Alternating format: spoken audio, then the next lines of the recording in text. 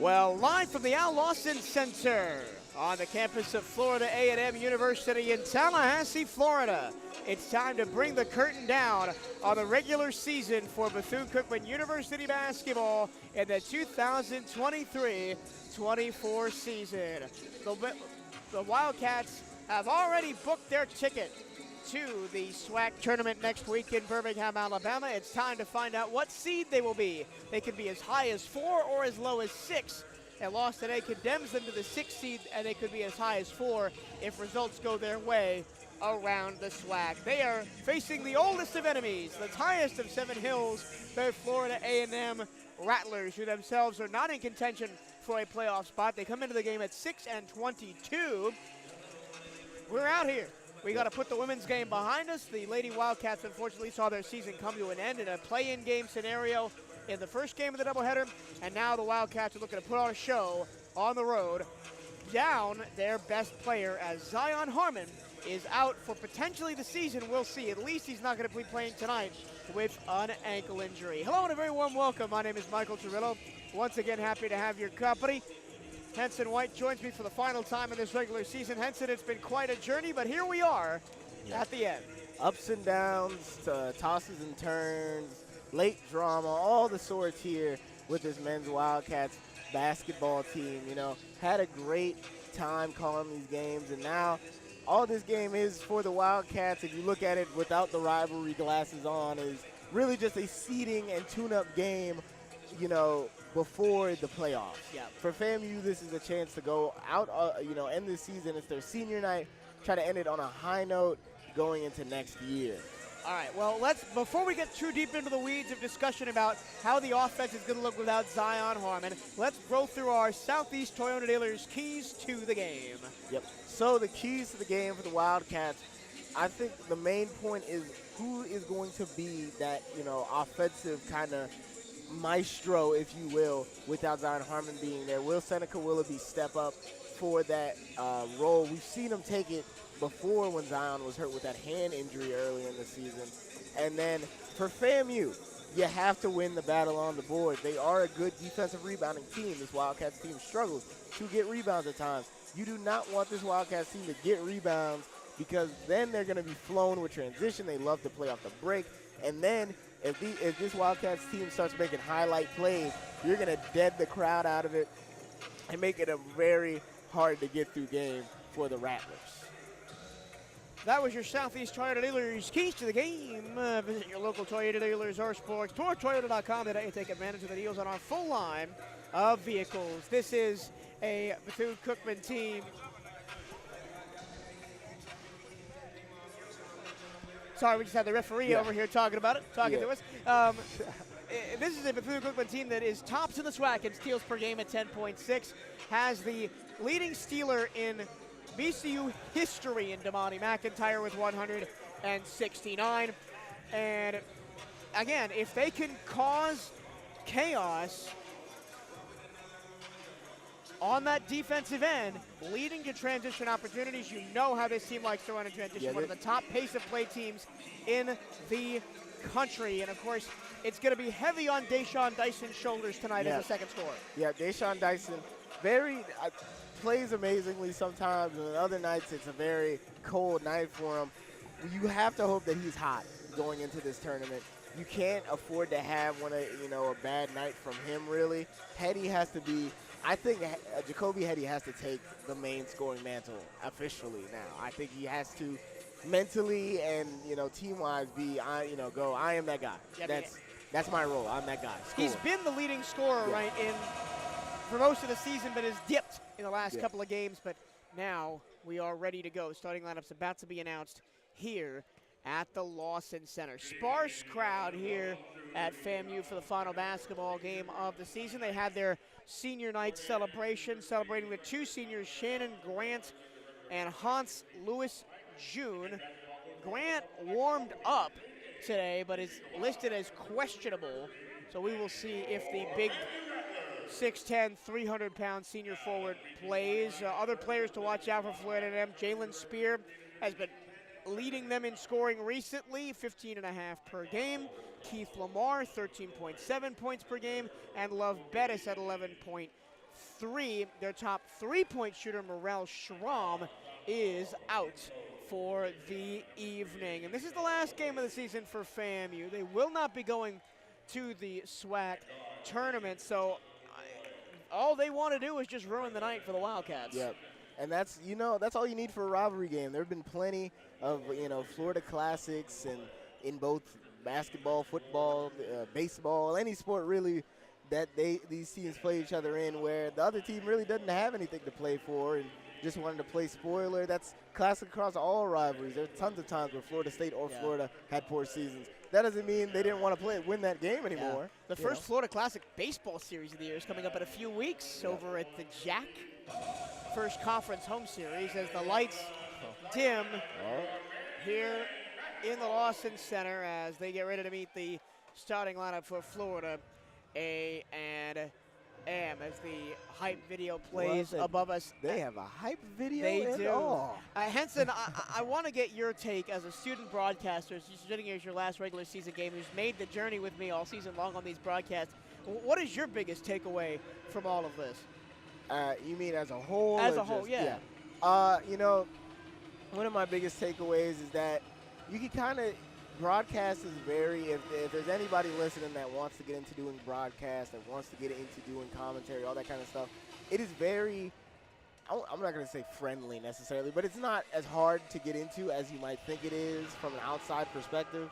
Sometimes it is just, staying around, especially if you're in college, unless you're at a big, huge D1 school, we're talking your Florida States and Floridas, they probably have an athletics program that needs people to help around.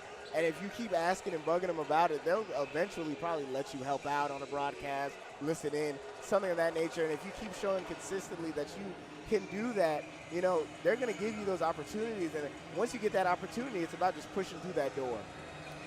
Florida A&M has lost their last 2 games. They went 0-2 on the road at Grambling and Southern. Of course, that's the top 2 teams in the Southwestern Athletic Conference. But they won their last home series, swept it against Alabama State and Alabama A&M, as did the Wildcats. Wildcats have won 3 of their last 4 down the stretch, beating Alabama A&M, Alabama State at home, and then taking a game off of Southern on the road before falling in a close one at Grambling State last time out. And if this Wildcats team has any interest in going deep in the SWAC tournament, they need to put in a performance tonight that shows the rest of the league that they should be fearing the maroon and gold come next Wednesday. Yeah, I mean, you don't want to go into a tournament like the SWAC tournament, playing not well. You don't want to go in on a cold streak. You don't want your players low on confidence. You want to go in very, very excited. You want them to be, you want your team to be there is what I'm trying to say, essentially. Yeah, so quick note, Shannon Grant is starting tonight on senior night. We will see how many minutes he does play as they turn the lights back on. After that was a very kind of cool presentation. Yep. They dimmed the lights. They put a hype video. It was the players ran through the tunnel. And again, there's a decent Bethune-Cookman showing here. They bust about 60 students up from Daytona Beach. They're behind the VCU bench. There's a couple of VCU fans behind us here across from the scorer's table. FAMU in the all-white tonight, wearing the same uniforms as their women's team did. A big orange stripe down the side, trimmed in green. Florida above the numbers and A&M below the numbers in orange. The names on the back and the numbers are also in orange, and it's got that Rattler print. Of course, the LeBron James brand on that one. Bethune-Cookman in their road black uniforms. All black, the VCU letter mark on the pants. Bethune in gold above the numbers, Cookman in gold below gold numbers, no trim.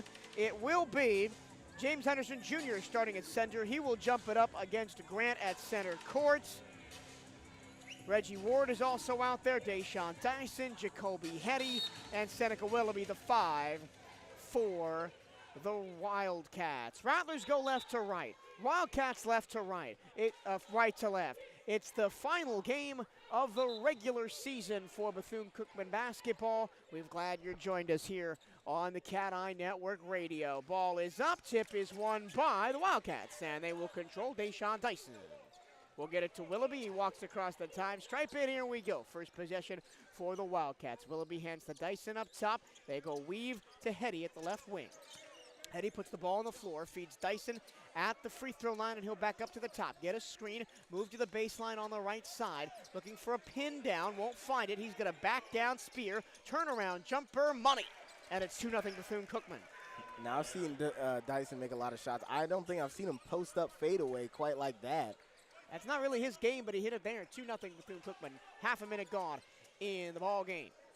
Here's Jalen Spear, their top scorer, around a screen to the free throw line. Kicks it back to the top for KJ Parker. Parker down low to the big man, Shannon Grant. He goes to work on Henderson. He goes up and under, kicks it out, and travels. And that's the problem if you're a big guy, especially if a big guy who's favoring a leg injury like Grant is. Yeah. And so a defensive stop for Bethune-Cookman. 2-0, 1 minute gone by in the game. At first, I thought there was going to be a Cardinal start for Grant, kind of like a senior night, hey, you know, start the game, come out early, but they've left him in here. Deshaun Dyson. Here's Jacoby Hetty, top of the arc, 3 in and out. Almost hit that one, and Parker grabs the board for Florida A&M. 2-0 Wildcats, 1.5 minutes gone in the ball game. Parker across to Spear, dives right baseline, kicks to the corner, 3 on the way. In and out, and the rebound is out of bounds. It'll stay with the Rattlers as it was last touched by Henderson. That 3 from the corner was by Jordan Chapman, the junior from Bessemer, Alabama, transfer from Shelton State Community College, a 34% three-point shooter on the season. This team is second in the SWAC in three-point percentage at 34.6%. They will let it fly from deep. Here's Spear in the low post on the left-hand side. Hands back to the top of the key, and driving the lane and getting fouled is Keith Lamar. He'll go to the line. First free throws of the game coming up for FAMU. Yeah, I mean, a couple quick possessions here for FAMU, gets sent to the line. And one thing that they could look to do is try to get some of these Wildcat players in foul trouble. Again, this Wildcat bench, like the women's team, not very deep. So if you get them in foul trouble early, Wildcats may be in trouble. Lamar hits the first one. Keith Lamar, one of the 2 seniors tonight, the other one being Shannon Grant, both getting the starts on senior night. Lamar, a senior from Stockbridge, Georgia. Started his college career at Stetson. He hits the first one. He's into the second. And then last year at South Georgia State. And now here at FAMU to finish up his college career. 2-2 after he hits both. 18:30 to go first half. Seneca Willoughby controls across the time stripe, guarded by Spear out high. Bounce pass to the wing for Hetty. Hetty fakes the 3, goes baseline to Henderson. Henderson, backdoor pass. Hetty up and in. Well-worked possession there for the Wildcats, getting that backdoor cut going early. Spear dances top of the key, floats it up, out of bounds off of Henderson, and the Wildcats will keep. It's a tough job for James Henderson. Listed at 6'9", going against the 6'10", 300-pounder in Shannon Grant down low. He gets hit by a pom-pom on his way back. But we say this every time James Henderson Jr. plays center, that, you know, he isn't the most – if you look at him muscularly. Grant hands the Spear, long 2 from the wing, in and out, boxing out for the rebound. The ball goes out of bounds, and it's Rattler ball again off of Reggie Ward. And Henderson, again, can't corral the rebound. But as I was trying to finish, he isn't the biggest guy in terms of, you know, what you would expect for a center, but does a decent job defending these larger players. Grant hands to Spear again. Corner 3 off the inbounds play. No good. Offensive rebound for Chapman. Put back, no. A second opportunity, yes. And it is 4-4. The Wildcats do not have a rebound yet. It's 5-0 in rebounding for Florida A&M early on. 4-4. Hetty will control out high. Hand to Dyson. And then flip to Henderson, back to Deshaun as the Wildcats run a weave. Top of the key, Willoughby dumps it down underneath the basket, stripped away from Henderson, and the Rattlers have it. Here's Parker, top of the key, gets a screen, goes right, backs up to the three-point line, takes a long 2, too strong. Wildcats finally have their first rebound of the game. 4 offensive rebounds for the Florida A&M Rattlers so far. Here's a screen, pull-up jumper from the mid-range is nailed by Jacoby Hetty. We talked about him in the pregame. He's going to have a big game tonight. Yeah, he's going to have to take that main scoring role. James Henderson Jr. basically runs a O-lineman block on the defender. Lucky to not get the foul on that screen. Lamar out high, guarded by Willoughby. It's rotated around to the left-hand corner. Underneath, Lamar open, missed the layup, and Henderson grabs the board on the second opportunity. Willoughby looking to push in transition. Hetty with a head of steam goes to the basket, is fouled. Jacoby Hetty has come to play today as he'll go to the line for two with the Wildcats already up 6-4 with 16:48 to go in the first half. Taking a minute to get up here is Hetty, and the absolute last thing that you would want from these Wildcats is a possible injury from him, but he seems to be fine. So. Yep. Hetty will go to the line, the sophomore from Chicago, freshman year at Wabash Valley College, averaging a team-high 15.5 points per game. Zion Harmon also averaging 15.5 points per game, but on the sideline tonight with an ankle injury, listed as day-to-day. Don't know if he'll be back for the tournament or not. Hetty, deep bend to the knees, into his free throw motion, got the first one. A great high school player in the Chicago area, Jacoby Hetty, four-time all-conference player at Hillcrest High School, all-state player as well. Averaged 18.5 points and 6.2 rebounds his freshman year at Wabash Valley, all-conference and all-region first-team selection for him. He makes both free throws, and it's 8-4 Bethune-Cookman. 6:48 to go first half. Almost said first quarter. This is the boys' game. Jalen Spear controls out high, got it by Dyson. Moves it left to Chapman, still beyond the arc. Hand off Lamar on a dribble drive. And now it's out to KJ underneath. Lamar, baseline, pull-up jumper, and he got it with Ward tight on him. Nice jumper by Keith Lamar. 8-6, Wildcats control. Willoughby on the Rattler logo at midcourt. He stops, calls the play, then moves to his left. Gets it to Reggie Ward, and then Henderson controls top of the circle, looking for movement in front of him. He finds Dyson on the wing, or Hetty now. Hetty, fancy dribble move to back up to the top of the key. 10 to shoot, and he throws the ball away. Miscommunication with Henderson. Coffey into the front court, just came into the game for the Rattlers. That's Roderick Coffey, the sophomore from Plainsville, Ohio. Jump stop into the lane. All sorts of trouble. Kick out, corner three, too short. Hetty with the rebound ahead of Chapman. Jacoby Hetty right in front of our broadcast position here at the table. He jukes him in out of his shoes, dumps it down to Henderson. Henderson one-on-one. Layup is good against Grant. And it's 10-6 BCU. Very rapid fire here for these possessions. Up and down, up and down. That's how BCU likes to play. A high-tempo, high-scoring game. Into the corner. Spear. Step back, doesn't take the three. Goes down low to Grant. He's working on Henderson. Got to pick up the dribble and turns the ball over. It's stabbed away by Hetty. Here's Dyson across the time stripe. No look pass. Willoughby to the lane. Up and under. No good. But right there for the putback is Reggie Ward. And this style of play does not lend itself well to radio. Nope. Well, not a lot of analysts. Sorry. It's just back and forth. All it goes. Baseline. Jumper. Yes. For Jordan Chapman. And it is 12-8. Bethune-Cookman with the advantage. 14:55 to go. We are in the first media timeout window of the first half. Willoughby runs the offense. Heels on the midcourt stripe. Waiting for blocks to develop in front of him. Now he gets it to Dyson. Top of the key. Step back. Triple from Deshaun Dyson. Bullseye!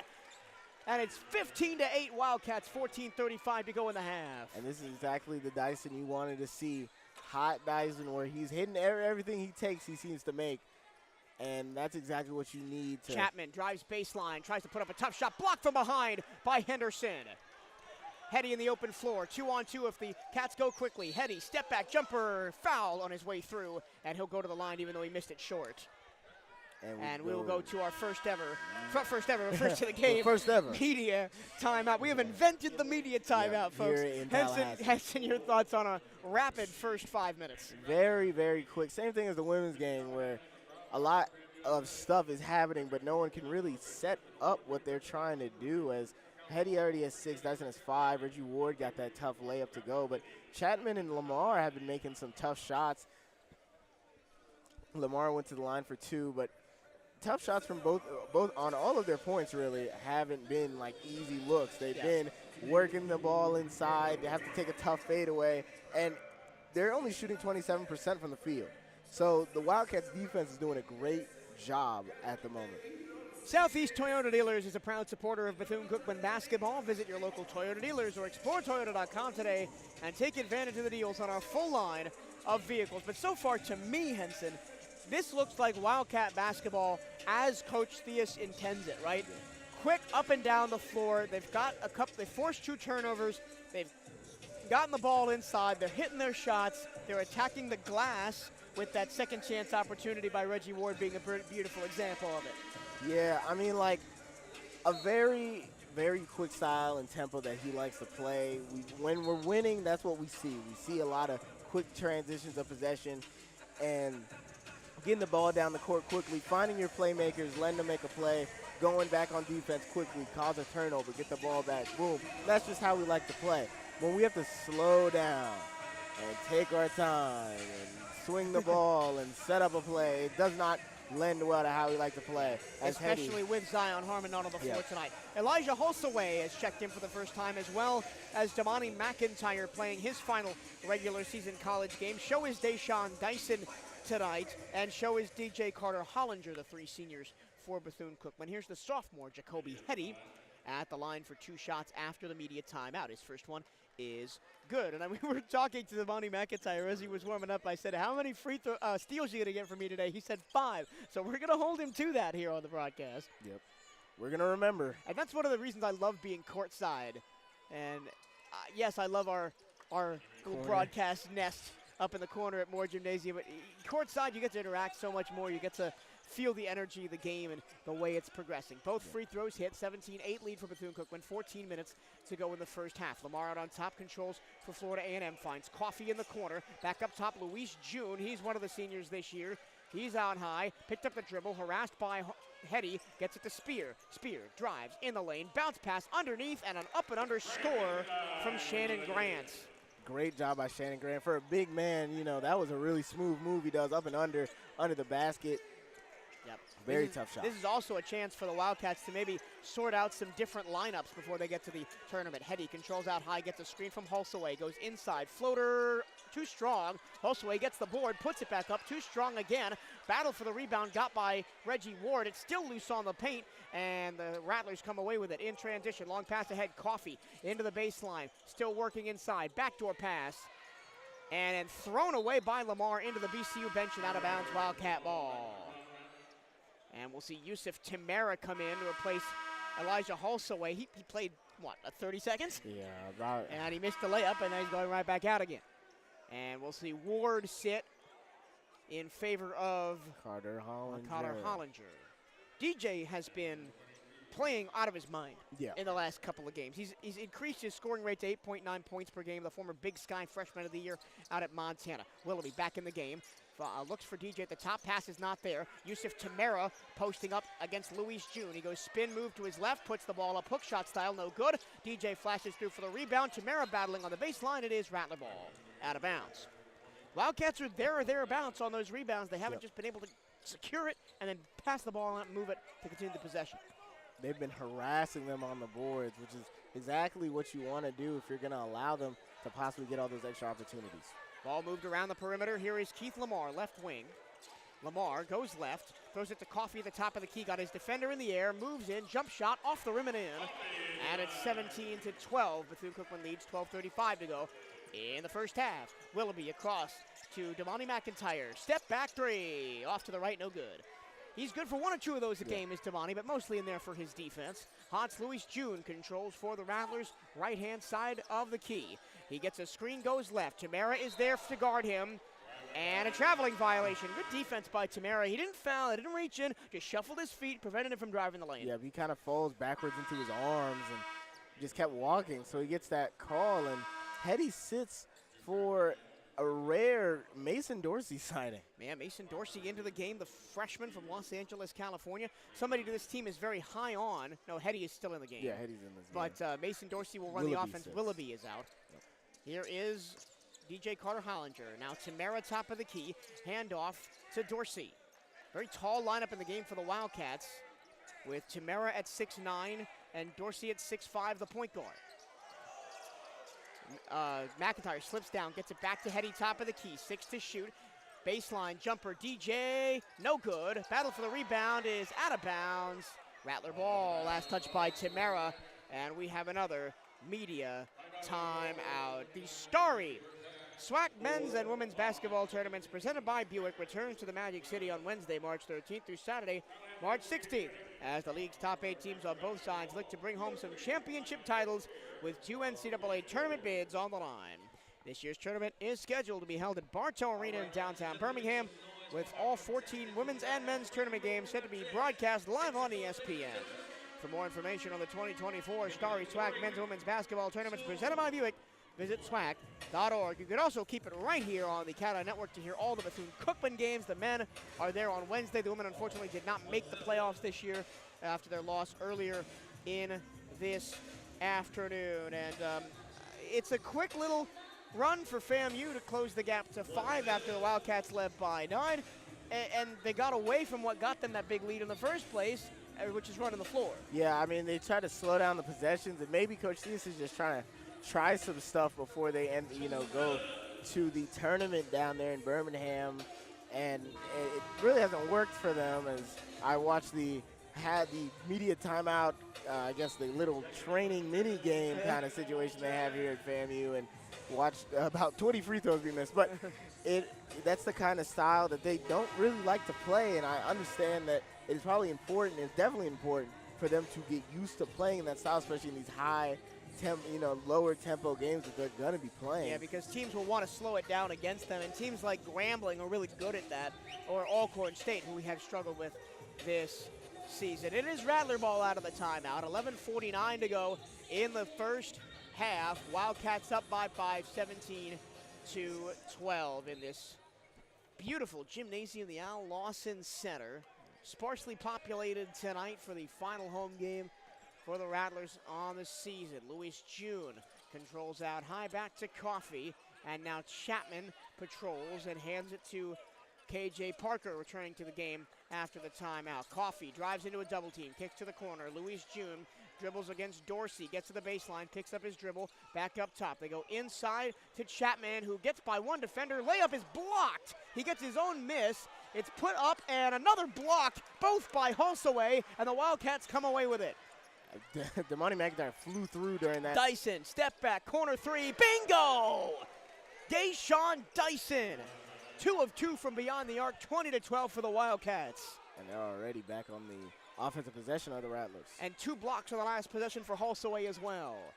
Rattlers back on the ball, 10:55 to go. Here in this opening half, Louis June surveys, movement in front of him, hands right side to Parker, continues to the corner with Chapman. Chapman with 8, goes left, drives, floats it up from the free throw line too strong. Rebound comes down to FAMU, and it is in the corner. Fresh 20 on the shot clock. Here is Chapman working inside the painted area, trying to back down Dorsey, goes up and under. Dorsey commits the foul, and he'll go to the line to shoot 2. Matthew Webster, the freshman from Carrollwood Day and Dade City, Florida, is in the game for FAMU, wearing number 20. He's a big guy, Webster, 6'8", 205. And he's been given the task of going one-on-one with Elijah Hulsaway and out-jumped him that last time for the offensive rebound. 6-3 on the offensive glass for FAMU, as Chapman is at the line trying to break a 2-12 scoreless streak for Florida A&M. He's into his wind-up, and he misses the first one long. And right after you pointed him out, he comes out of the game for the big man, Grant. Again, we don't know how much playing time Grant's going to get tonight, but on senior night, he started and has played some good minutes, had a nice finish up and under for his only points of the contest. Went right by DJ Carter Hollinger. And Spear had to tie his shoes after coming back on the court. And now we go to the second free throw for Chapman. On the season, a 75% man from the stripe. He missed the first one. The second one is flipped up and flipped in. So 20-13. We will not have the yes score of 21-12 in this ball game. That's a deep cut, but I appreciate anybody who listening who gets that reference. Mason Dorsey in the high post to Hulsaway. Back to Dorsey in the corner. Gets a pin down from Elijah. Back to the corner. Deshaun Dyson backs all the way up 10 to shoot. He's guarded by Parker. Gets a screen with 8 to shoot. He goes, drives all the way inside. The pass is out of bounds. He tried to pass it to the backdoor cutting McIntyre. The Wildcats will have the ball underneath. 10:02 to play in the first half, but 4 on the shot clock. And this is not a more gymnasium 4 seconds.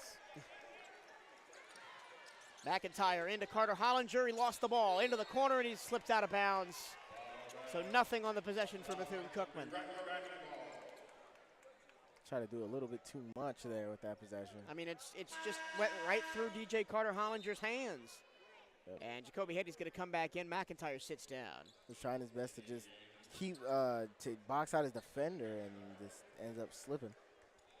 And now they're cleaning the spot up. Yep. 10 minutes even to go in the first half. 20-13 Wildcats with a 7-point advantage. 8 points apiece for Hetty and Dyson. And I mean, those are the two guys that are going to have to step up offensively with Harmon on the bench. Parker controls for FAMU, right-hand wing. Looks for a post up, no, won't get it. Now spins inside against Dorsey. Now tries to go to the post, and they're going to get a reach-in foul against Hulsaway. He didn't let Grant catch that cleanly. And Coach T has asked the same question as I am. What were you doing? You're 7'1". There's no real reason for you to try to reach over like you're only 5'6". You're gonna get that called against you because you're on top of the offensive player. And he almost falls to the ground there on that possession. Yeah, both teams with 4 fouls, still 3 away from the bonus with 9:43 to go in the first half. 20 on the shot clock. Rattlers inbounding under the basket that they attacked. Listeners right, all the way up top to Luis June. Back to Spear, who inbounded the ball. Spear goes left, slips, almost lost the ball, gets it back. Turnaround jumper at the free throw line, no. Dyson grabs the miss and looking to run in transition, but good defense by FAMU to keep him from scampering past into the front court. Dorsey has it now across the time stripe. Gets a high ball screen. And into the corner for DJ Carter-Hollinger. Baseline drive, and he stepped out of bounds. Man, tough start for the Wildcats. They have turned the ball over 5 times in the first 11 minutes. Yeah, but they still lead by 7. They played good defense. They've kept FAMU to just 29% from the floor, but FAMU has 3 more shot attempts than Bethune-Cookman does, especially with a 6-3 advantage on the offensive glass. Parker into the front court for the Rattlers. Hands back to Lamar, top of the key, just check back in. They go down low for the big guy, Grant. He works on Hulsaway. He barges through Hulsaway, and he missed the layup. And Elijah grabs the board. Dorsey flying up the floor. He hands to Deshaun Dyson in the corner. Step back 3. He's got it again. Deshaun Dyson, 3 of 3 from beyond the arc, and that one was the most stylish of all. Yeah, hit a step back and gets the defender looking silly a little bit. Spear tries to go behind the back pass, picked off by Hulsaway. He goes to Dyson, up and under, got it. Tough Hulsaway with the steal that time. Timeout, head coach Robert McCollum and Florida A&M has a quick 5-0 run for the Wildcats, has put them on top 25-13. And Coach Theus immediately gives Hulsaway his props. I got real worried for a second. Usually you don't see him, any big man trying to dribble the ball past the half-court line. But he realized it, too. Yep. When he first got the ball, he's about at the half-court stripe. He thought, there's nobody in front of me. I'm going to go to the rim. And then he realized, I'm the center. Maybe I shouldn't do that, and handed it off to Dyson to go to the hoop and score. Yeah, maybe. I think he quickly realized how fast the other players around him were and went, you know what, maybe not for me. Yeah. Makes an intelligent layoff pass, doesn't turn the ball over, takes his time, gets it to Dyson, who makes that tough layup. And now a double-digit lead for the Wildcats. And exactly how they want to play, getting a turnover off of a quick FAMU mistake. Hulsaway, the center, is basically playing top of the key, drives up to get that ball, and that just creates that mismatch after a quick transition of possession from FAMU. And for Bethune-Cookman defensively, you want to create havoc, and we have seen that so far with 5 Rattler turnovers leading to 4 BCU points off turnovers, and of course, Florida A&M only shooting 27% from the floor early on. Rattlers have the ball, 8:32 to go in the first half, 25-13. Wildcats on top, trying to improve their regular season record to over 500 and finish the season 16-15, which would be a massive, massive W for Coach Theus and his staff. We will talk about that more later on down the line in this broadcast. Spear top of the key, gets Dorsey in the air, goes left, floated up, and he got it off the heel. I do want to give Hulsaway credit there. We've seen him foul the player in that drive before and does a good job just trying to play it as best as he can. Dorsey token press, gets it back from Hetty off the inbounds pass. Mason Dorsey getting some big minutes. He drives past one, floater in the lane, too strong. Tried to go for his own rebound, but Lamar grabs it for the Rattlers. Rattlers down by 10, 25-15. Spear with the basketball. Dorsey poked it away from him and out of bounds, but great defense by Mason.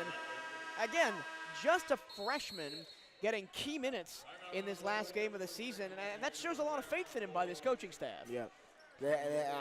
And logically, if this wasn't a rivalry game, you wouldn't be, as surprised about I playing see Dorsey the freshman. right now. He is talking to Coach Theus. They're with the whiteboard trying to draw something up, and I love to see that, especially out of freshmen. If you're willing to go the extra mile and learn and be a part of this team, and even if you're not getting minutes in the game, it sets you up well down the line. We have hit the second media timeout of the first half. The Diamondbacks are back at Jackie Robinson Ballpark and looking to continue their hot start to the 2024 season. You can catch Bethune-Cookman baseball this weekend as the Wildcats host Maine for a 3-game series at the Jack. First pitch on Saturday is at 6 p.m. That's coming up in about 45 minutes. So if you're in Daytona Beach, get on out to the Jack. Or Sunday at 1 p.m. Tickets start at just $10. But if you can't make it, all the action will be live on the CatEye Network. We've got SID Bryce Hoynoski pitch hitting for me on the broadcast down at Jackie Robinson tonight. I will be back there tomorrow for the hopefully sweep against Maine. And if you go to Jackie Robinson Ballpark this season, you may just see Manny Soufrain hit the cover off a baseball like he did last night, 400-plus feet to dead center to give the Wildcats the win over Maine in the first game of that series. Yeah, but the beautiful thing about the college game, I love aluminum bats. I know, it's a kind of unfair advantage. That's why they don't use it at the major league level. But the sound of an aluminum bat hitting a baseball well is, I think it's a top 3 sound in sports. Florida A&M with the basketball down 10, 25-15. 7:47 to go here in this first half. Rattlers will inbound from the edge of the scorer's table to our right, going left to right. And Spear controls on the inbounds pass. Here we go. 20 to shoot on the shot clock after Robert McCullum, the head coach, called that last time out. McCullum in his 6th season here at Florida A&M. Spear blitzed off a screen, top of the key, still dancing, 5 to shoot, gets into the paint, kicks it all the way out and turns it over, and then an immediate foul as Deshaun Dyson gets hip-checked by Chapman on the breakout. Well, that's one way to stop Bethune-Cookman from getting down the floor. Yeah, you obviously can't do that more than probably once or before you start getting maybe technicals and stuff called for that. If this was the NBA, you might see that. Foul, take foul. Fourth foul on the Rattlers. Yeah, that might be what Coach Theus is talking to the ref about being. But he says, we want to run, and they're going to try and grab us to stop us from running. You got to watch that. So we'll see if Coach Theus gets in the referees here about that. Wildcat basketball up by 10, 7:25 first half. It is Seneca Willoughby back in the game, skips it right, and then gets it back. Dyson. Short corner, pull-up jumper, heady no. Rebound, put back is good for Elijah Hulsaway. He just reached all the way over the top of Spear. He's almost got a foot on Jalen Spear. Spear, though, on offense. Lamar, top of the key between the circles, spins against Ward. Pull-up jumper from the free throw line, rattles in. Keith Lamar has shown that he can score with the best of them. He's got a team high, 6 points for the Rattlers so far, as it's 27-17. Wildcats on top, 6:45 to go. Heady into the corner, short corner. Ward puts it up and in off the glass. Reggie Ward getting in on the scoring action, and it's all come from the post area, a lot of it for Bethune-Cookman today. Yep. Spear has Hulsaway pitched onto him. That means there's a mismatch down low. Easy bucket for Shannon Grant. Yeah, and that's why you don't want your big man to switch that early in a possession. You kind of set up any other defender, especially if you don't have height at both the power forward and center position. You kind of leave a mismatch regardless of what happens. Cats still by 10, 29-19. Into the corner for Heady. Back up top for Ward. Ward gets a screen from Hulsaway.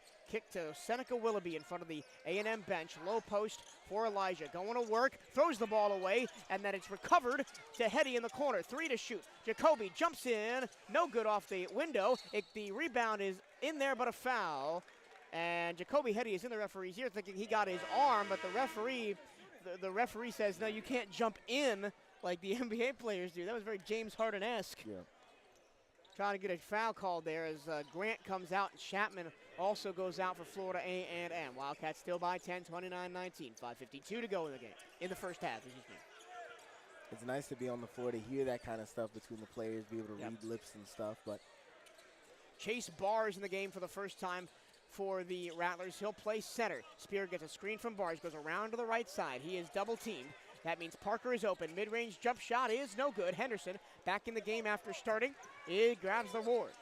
Willoughby to Hetty on the right wing, right in front of our scorer's table. Gets a screen, goes through the lane. Kick out. Willoughby for three. Too strong off the heel. And a rebound to Florida A&M.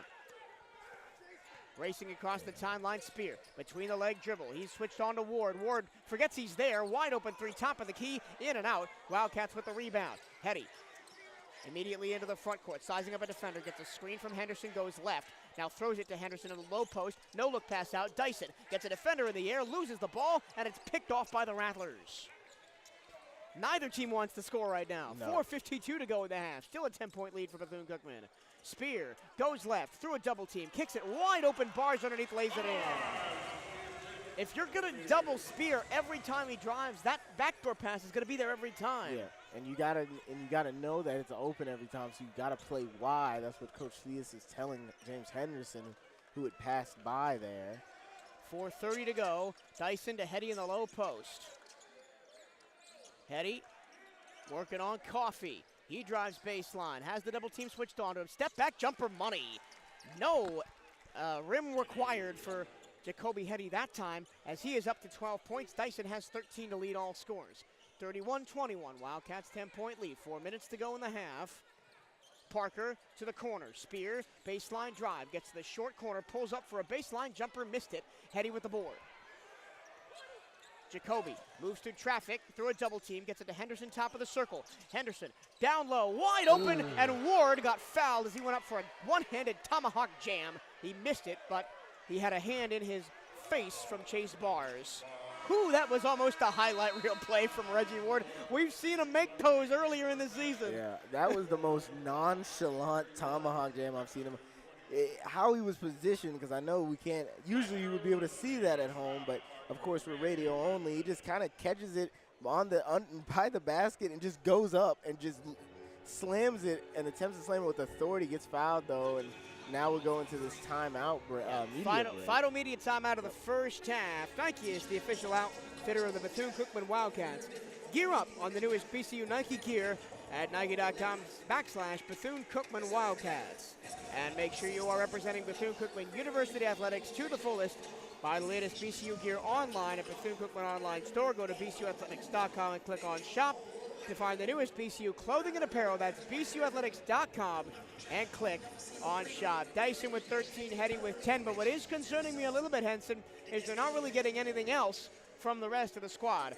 Ward with 4, Henderson and Helsaway with 2, and that's it. Yeah, I mean, that's one aspect of Zion Harmon not being here. He usually facilitates the offense in that sense, where we see a lot of other players score a lot. But, hey, if your key guys can start getting up to, score like 20, both get 20 points, you're going to have your other players are obviously going to get looks off of that. So it might just be a matter of time, really, before we start seeing other players on the team get points on the board. The other aspect of it is it isn't like they're not trying. Dorsey, Tamara, Carter Hollinger, McIntyre, and Willoughby all have shot attempts. Yeah. Not as if they're just not shooting, just aren't making those shots. Yeah. It'll be Reggie Ward at the free throw line as we come back from the media timeout. After he was fouled on his dunk attempt before the break. Both teams have only been to the free throw line twice in the ball game. Reggie Ward puts the first one up and misses it short. That's the first miss for the Wildcats in the line of the game. Hetty's 4 for 4, and now Ward 0 for 1. This game might come down to free throw shooting. You never know. Ward on the season, a 67% free throw shooter. This is a team that shoots from the line at 75%. That's second best in the SWAC, but bolstered by Zion Harmon's 92.9%. That's best of the SWAC. Yeah, Zion Harmon is an absurd free throw shooter. He hit so many clutch ones down the stretch, both against Alabama A&M and Alabama State to win both of those contests last weekend at home. Besting both is Ward. Florida A&M with the rebound. Across the time stripe, here's Miles Hall freshly into the game. Hans Louise June, correction, this is KJ Parker. Back to June. Coffee away out high against his opposite number. Cycled into the corner. Spear, catch and shoot triple short. Rebound Reggie Ward. Ward looks to push the pace in transition. Double teamed out high. Hands to Deshaun Dyson. Step back three from the corner. That's the first one he's missed. But Willoughby's right there for the tip in. And Willoughby is so fast to run back on defense. He runs into James Henderson Jr. for a second, but a great job getting that board. 3:09 to go, 33-21. Wildcats on top here in the first half of action. Final regular season game for Bethune-Cookman. Luis June on top, hands to Lamar, and then right wing for Parker. Nothing inside the three-point arc yet. Now driving from Coffee. He's met by Ward, gets him in the air, baseline jumper, no good, and Henderson has the rebound. Good defense by Ward that time to force an off-balance shot on the baseline. Yep, especially considering he was already put in the air. Willoughby hands off Dyson. Top of the key, moving screen. I can see that one from a mile away. And we get a "what are you doing" from Coach Theus to James Henderson Jr. as FAMU will get another turnover. Wildcats have turned the ball over 6 times in this first half, as have the Rattlers. But the defense for the Wildcats has been there. FAMU scoreless over the last 2 minutes. And the Wildcats lead 33-21. Here's Coffee back on top to Parker. Parker gets a screen from Bars, goes left, step back, doesn't take the jump shot, goes down low to Bars. It's tapped out of bounds by Dyson and will stay with the Rattlers, 13 to shoot. KJ Parker, the freshman from Lakeland, Florida, will inbound under the basket to listeners right. All the way up top to Luis June, guarded by Reggie Ward. Hans puts the ball on the floor, spinning past Ward to the baseline. Now he picks up his dribble. Back up top, Coffee. Catch and shoot three. Bingo! First 3 of the game for the Rattlers, and it's back to a 9-point game, 33-24. 2 minutes to go in the first half. Yep. Those haven't been hitting consistently for the Rattlers.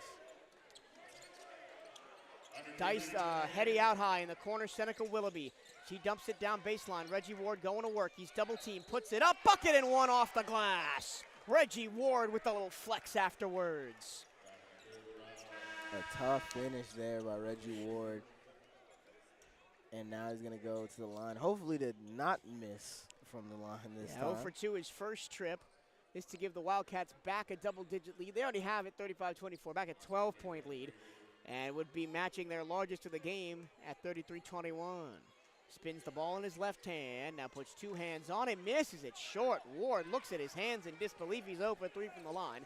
11-point lead, 1:45 to go in the first half.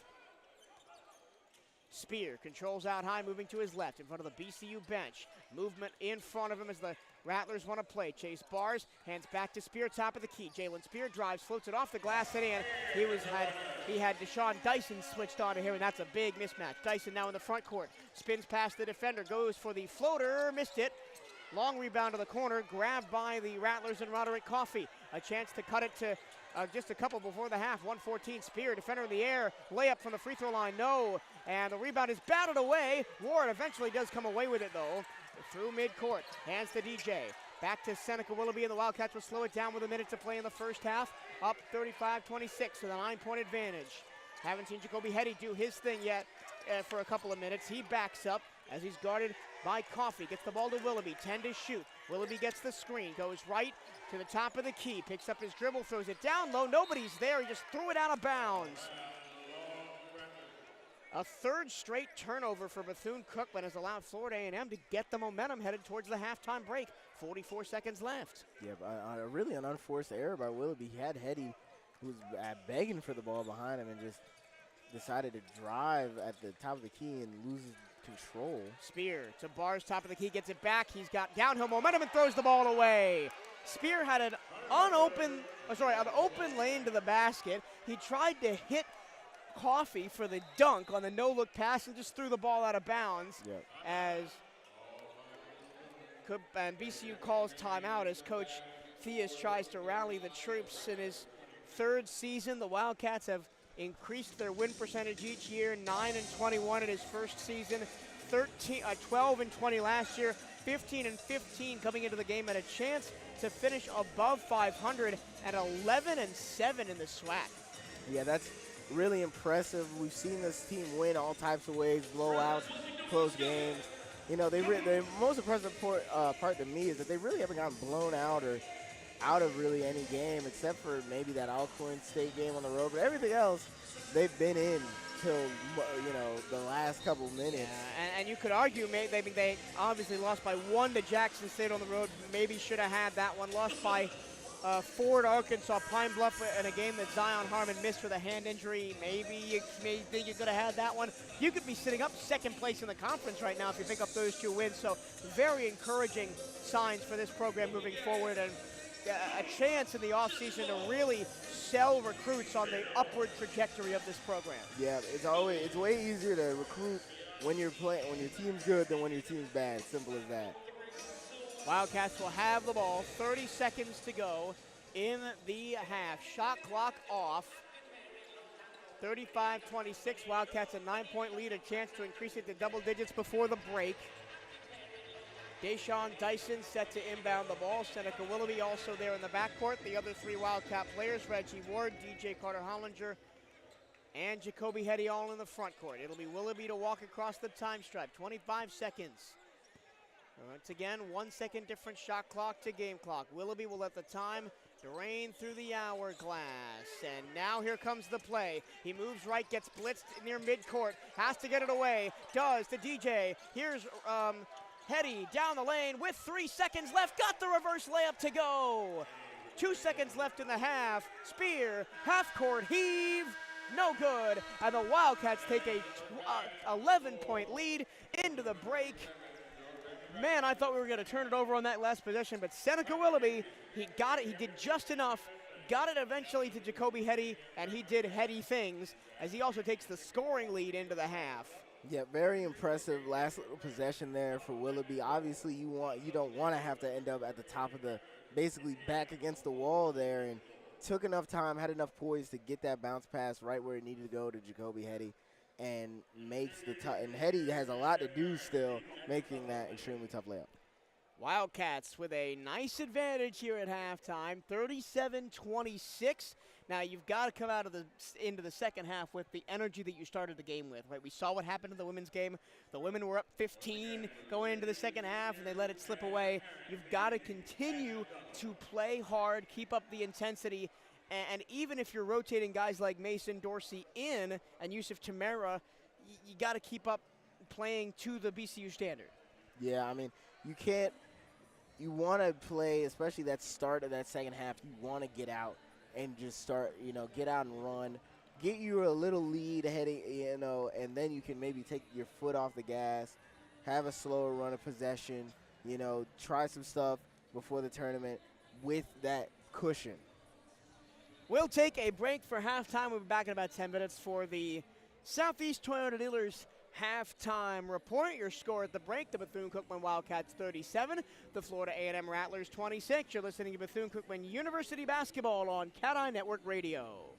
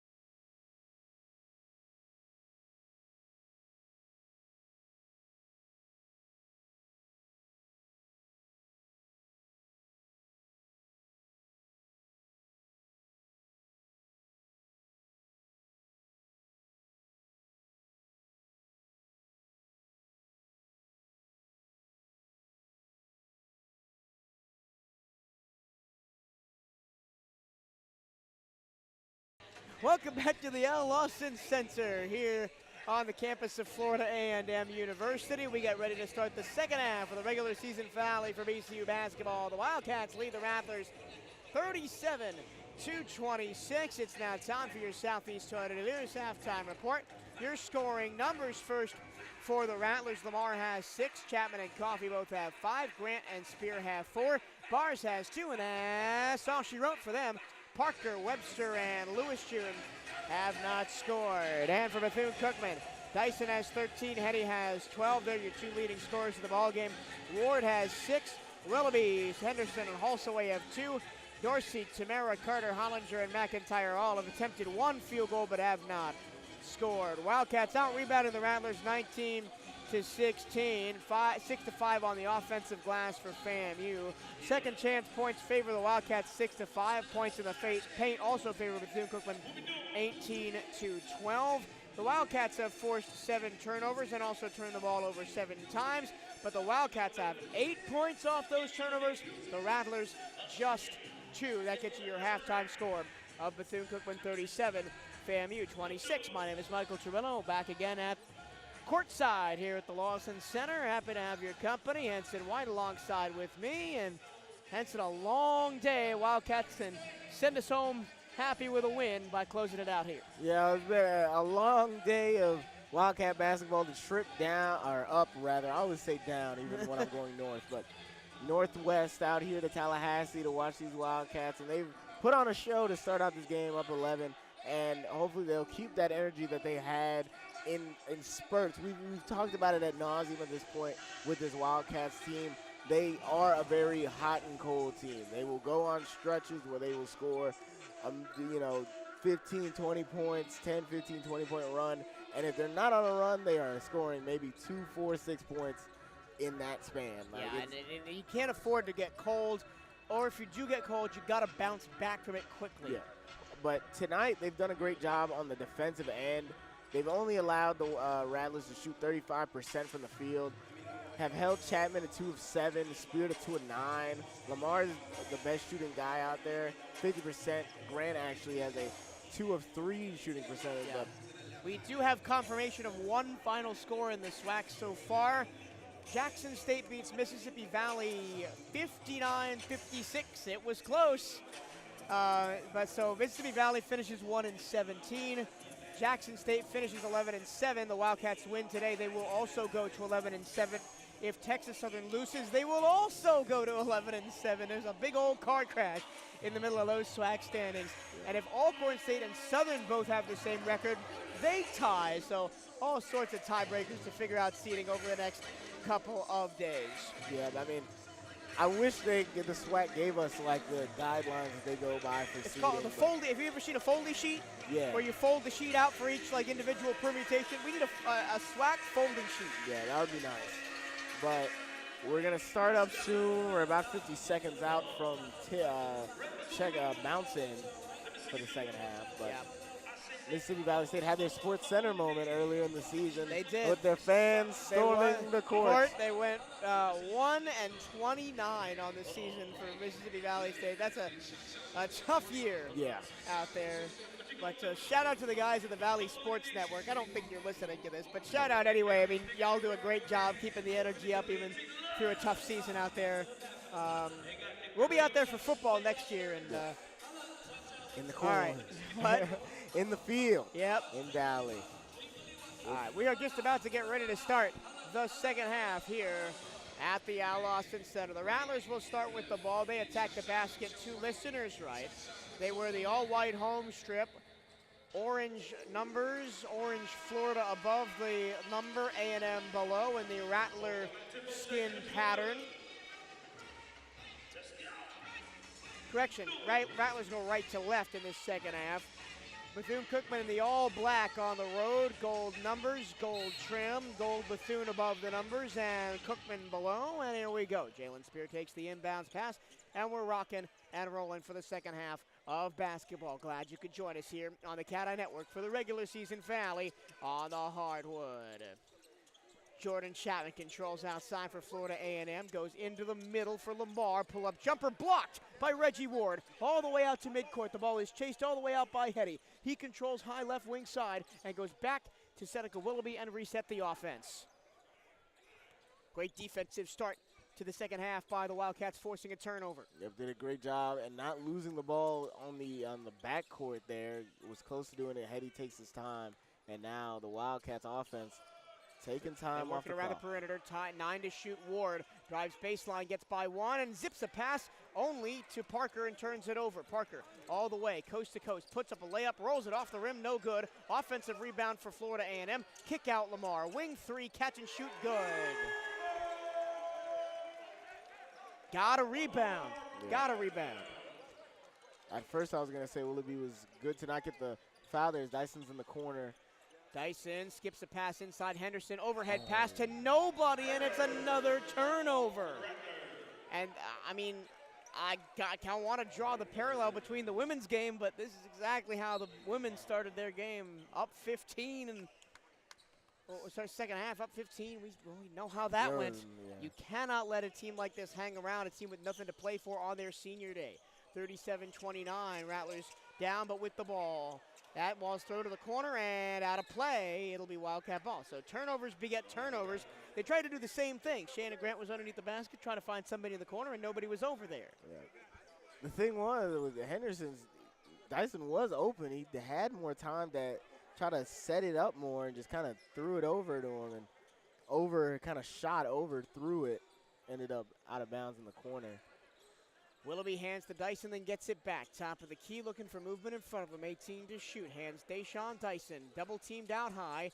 Drives to the baseline. Double teamed in the corner. Has to get the ball away. Throws it off of a Rattler and out with 11 to shoot. Did a good job to not cause a turnover. Throws it off the FAMU defender. Allows his team to kind of reset the possession. Wildcats trying to avoid going scoreless the first 2 minutes of this second half. Willoughby kicks it back. Deshaun Dyson. Catch and shoot three. He's money again. Deshaun Dyson is 3 of 4 from beyond the arc. Make that 4 of 5 as the stats update. Spear drives to the lane. Kicks it underneath. Layup. No good, but a foul called on Shannon. Shannon Grant will go to the line, and they'll get Seneca Willoughby for the reach. And I was talking to the radio guys for Florida A&M who are sitting right next to us, and I mentioned that play where Spear drives, he's double teamed, and then the big is wide open underneath on the roll, and the Wildcats have not shown that they've been able to guard it so far this game. As the big man got the first one. It hung on the rim for a while, but fell in. Shannon Grant, the senior, playing his final collegiate game from Sylacauga, Alabama, and a transfer from Mercer. Into his form for the second one. That one is clean through. 9-point lead for the Cats, 40-31. It's been the Dyson and Hetty show. 16 for Dyson, 12 for Hetty. Hetty controls, hands back to Willoughby. Nobody else for the Wildcats with more than 6. Underneath, Ward gets stripped to the ball as he went up to shoot, but he is fouled by Grant. And he will go to the line. So a chance to break a 0-for streak for Reggie Ward. He's 0 for 3 from the free throw line so far today. He shoots 67% on the season. Not a terrible free throw shooter. And he's got it, he missed again. This time too strong. I don't know what's going on. Maybe it's the elevation. Reggie has looked up and kind of wrung his hands like, what are we doing here? Finally front rimming in for Reggie Ward as he's 1 for 5 from the free throw line. 41-31, Wildcats on top, trying to keep the Rattlers at arm's length, and a reach-in foul call against Deshaun Dyson as he was pressuring Spear up the floor.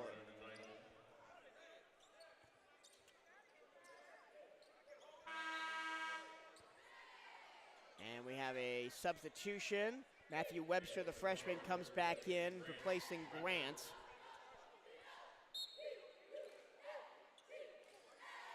Spear receives the inbounds pass. He's in the backcourt, walks across the time stripe. 17:30 to play in the second half. Wildcats nursing a 10-point lead. Here's Coffee, right wing side. Hands to Lamar, top of the circle. And then back to Chapman on the block. Inside underneath, Lamar had the pass go through his hands, but rounds right back to Chapman. Lamar, corner, triple, in and out.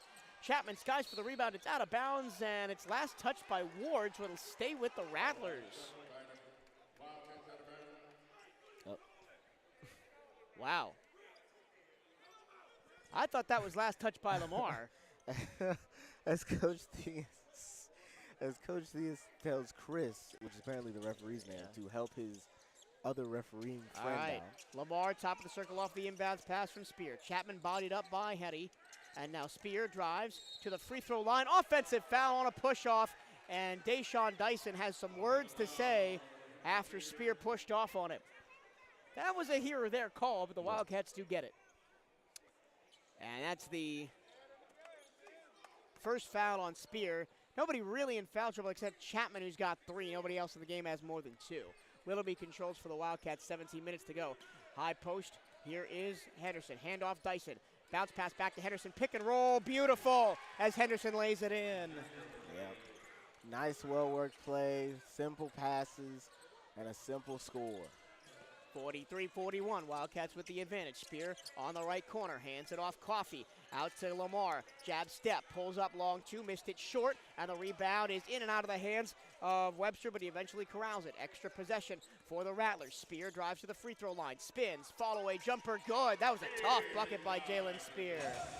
It's extremely tough bucket. It's one of those that you can't really defend. It's one of those, good offense beats good defense in basketball. Willoughby drives past Chapman into the front court. He's guarded heavily right in front of the BCU bench. Henderson turns it over. Long stretch pass ahead. Coffee to the lane. He lays it up and good. And it's an 8-point game, 43-35. Wildcats turn the ball over 3 times in the second half already in the first 4 minutes. Yep. And a little bit of pressure now into the front court. Willoughby trapped. And did he step on the midcourt line? No. He got it to Hetty. Hetty lost the ball. Another turnover. Rattlers in transition. Coffee. Here's Spear. Catch and shoot. 3. Front iron no good. Rebound to the Wildcats. Pushing it. Day pushing it in transition to Hetty. No, missed the layup short. Battle for the rebound. Underneath. Still loose. Everybody on the ground. It is going to be a jump ball. No, Rattler ball. Yep. On alternating possession. No, Rattlers got a timeout called. I was confused. So the Rattlers will get the ball. They're down just 8. That's the lowest it's been in quite a while. And we have our first media timeout of the half. Stay up to date with everything Bethune-Cookman Athletics by checking out the Wildcats on social media. Give BCU Athletics a like on Facebook and follow the Wildcats on Twitter and Instagram at BCU_Athletics. For the latest on BCU basketball, follow at BCU Hoops on Twitter and Instagram. We got Eli and Sabrina and Gino handling the socials with our CatEye Network crew here today.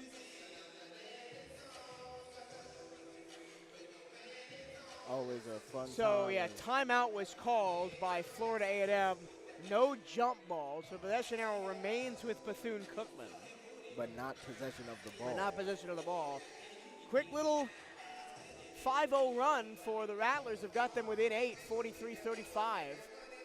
With 15:30 to go in the game. Wildcats with a win would secure as high as a 4 seed or as low as a 5 seed. With a loss would drop to the 6 seed in the SWAC tournament. And will likely either play Alcorn State or Texas Southern in the first round, depending on how results shake up elsewhere in the conference on this final day of action. We got one final already. Jackson State over Mississippi Valley, although it was close. Yeah, I mean, that Valley team was fighting last game of the season. So. Other games around the SWAC today. Pine Bluff and Alcorn, Southern and Alabama A&M, Grambling and Alabama State, and Prairie View and Texas Southern. Obviously, if more of those scores come in, we will give them to you. I have no idea who put on the SWAC website 3:25 as the start time for this game. And we did not get going No. by 3:25, I'll tell you that much. I think the women's game was definitely still going No. at 3:25. Rattlers with the ball. Wildcats apply some full court press. Rattlers move it right to left. Trapped in the backcourt. Overhand pass and into the front court to find Coffee.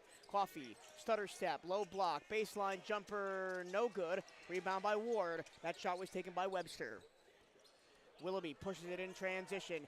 Day falls over, maintains his dribble, somehow gets it back to Willoughby. Out on top for Reggie Ward, 20 to shoot, 15:05 to go in the game. Floor's a little slippery there. Had a drive opportunity, but obviously can't do it now. Dyson looking for someone to pass to, finds Ward with 8 to shoot. Out on top, 7. It's Henderson, and the ball stripped away from him. 3 to shoot, 2 to shoot. Rattlers take it away. Florida A&M transition 3, in and out from Roderick Coffee. Rebound to Bethune-Cookman. And we got to hope the Rattlers keep missing those. Yep. Nobody on the Rattlers with over 10 points. Lamar is their top scorer with 9. Willoughby back to the top. Ward, his defender in the air, goes all the way to the hoop, gets fouled, and will go to the line. But for going to the line 5 times, he's only made 1 of them. So if you're FAMU, I'm not sure you're that concerned as we head to a media timeout. Come be a part of BCU Athletics and support the CatEye Network. If you or your business is interested in partnering with us here on the CatEye Network, you can reach out to the Wildcats Athletic Communications Department at bcusportsinfo@cookman.edu. That's bcusportsinfo at cookman.edu. Been a hectic couple of weeks. Crossover season, always a tough time for those of us in sports information. We got basketball, baseball, softball, golf, track and field, all going on at Bethune-Cookman. Yeah, I mean, it's always an exciting time during crossover week if you're a fan of sports. It's just always funny to see all the team camaraderie. Sometimes a team like the basketball team will get hot, and then that causes the baseball team to get hot, and all of a sudden all your teams are firing on all cylinders. Shout out to the Lady Wildcats on the softball diamond. Pick up a win in their home debut against North Dakota. They start conference play on the weekend. Not this weekend, but next weekend, as do the baseball team. Baseball is at Mississippi Valley. Softball is home. And actually, if I look at the schedule, softball starts this weekend against Mississippi Valley. They got rained out today. They'll play a doubleheader tomorrow, and then 1 game on Monday against the Devilettes. And then they're at home next weekend for their first home softball weekend. You can catch that, as always, live on the CatEye Network. 14:26 to go here at the Al Lawson Center. It's 43-35. The Wildcats have led by as many as 12, but the Rattlers, with taking advantage of some costly Wildcat turnovers, have trimmed the gap to just 8.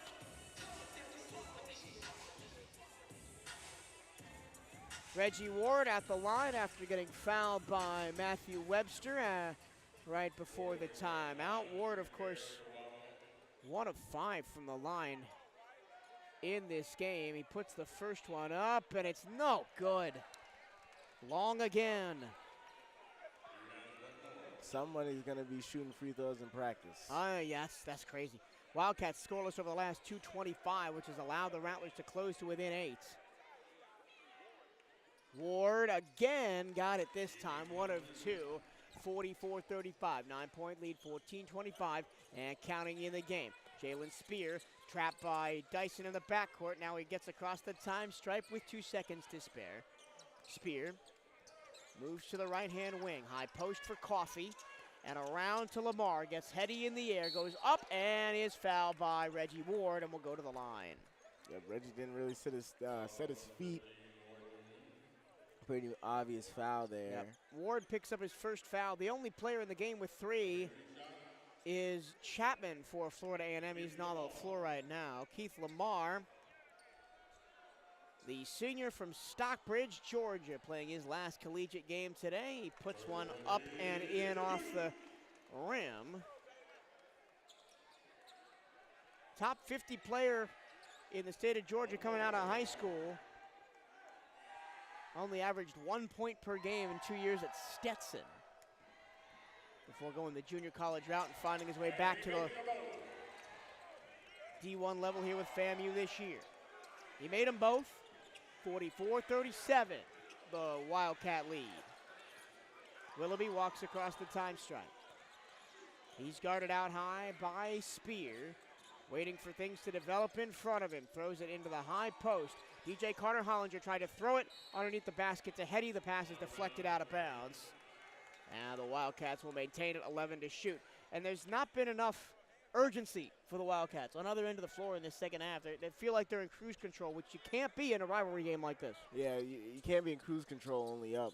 Hetty to Dyson in the corner. Face guarded by Spear, backing Spear down. He steps back. That'll be a long two, and it rattles in. And somebody Deshaun Dyson. He has not been on cruise control. 18 points, a game leading 18 points, and he's been on fire. Needs his teammates to maybe help him out a little bit more. Lamar, high post, backdoor cutting pass to Coffey. Nice steal by Willoughby. Wildcats in transition, 2-on-1. Ward to the rack. He got his shot rejected by Luis June, and he landed flat on his back on the mat under the basket. Wow. That was one of the biggest rejections I've ever seen. And it was a clean block. I could see it from here. Henson's just sitting next to me with his mouth wide open, not saying anything. I've never seen that I've never seen a guy go up for a tomahawk, and it was so clean. It wasn't even like any extra contact at all. It was just hand to ball for both guys, and both of them careened to the floor. Wildcats maintain possession, 13-18 in the contest. Mind you, he had Hetty in assistance. 25 on the shot clock. Yeah, he did have Hetty there, but he chose to go it himself and not pass it. And I think that's what Coach Theus is mad about. 46-37, Wildcats with the lead on the ball. In the corner, it's Dyson. He steps back. He takes a wing three, short. And Luis June grabs the board for Florida A&M. Spear across the time stripe, 13:06 to go. Stands in front of Ward, top of the circle. He drives, pull-up jumper, money. Spear up to 10, Lamar with 11. Correction, 8 for Spear, Lamar with 11. Ward, open top of the circle, drives, loses the handle, but he's fouled. Not in the act of shooting. It'll be a baseline in for the Wildcats. Very, very frustrating. That's on Spear. That'll be his second. 1 for 4 the last 4 for the Wildcats. 1 for 4 for the last 4 from beyond the arc as well. Just have not had it consistently the second half. I mean, 50% from the field, but only 6 shots going up compared to the Rattlers' 10. That's in this second half. Hetty, outside guarded by Luis June. In the corner, DJ takes a three, and it's off the heel, no good. But the two Rattlers collide while going for the rebound. The ball goes out of bounds, and it belongs to BCU. Well, we got lucky there, now we've got to cash in. Yep. Get this extra possession. Yep. Extra couple of possessions, really. Bars and Coffey just collided, and the ball bounced off both their hands and out of bounds. Fresh 20 on the shot clock for the Cats.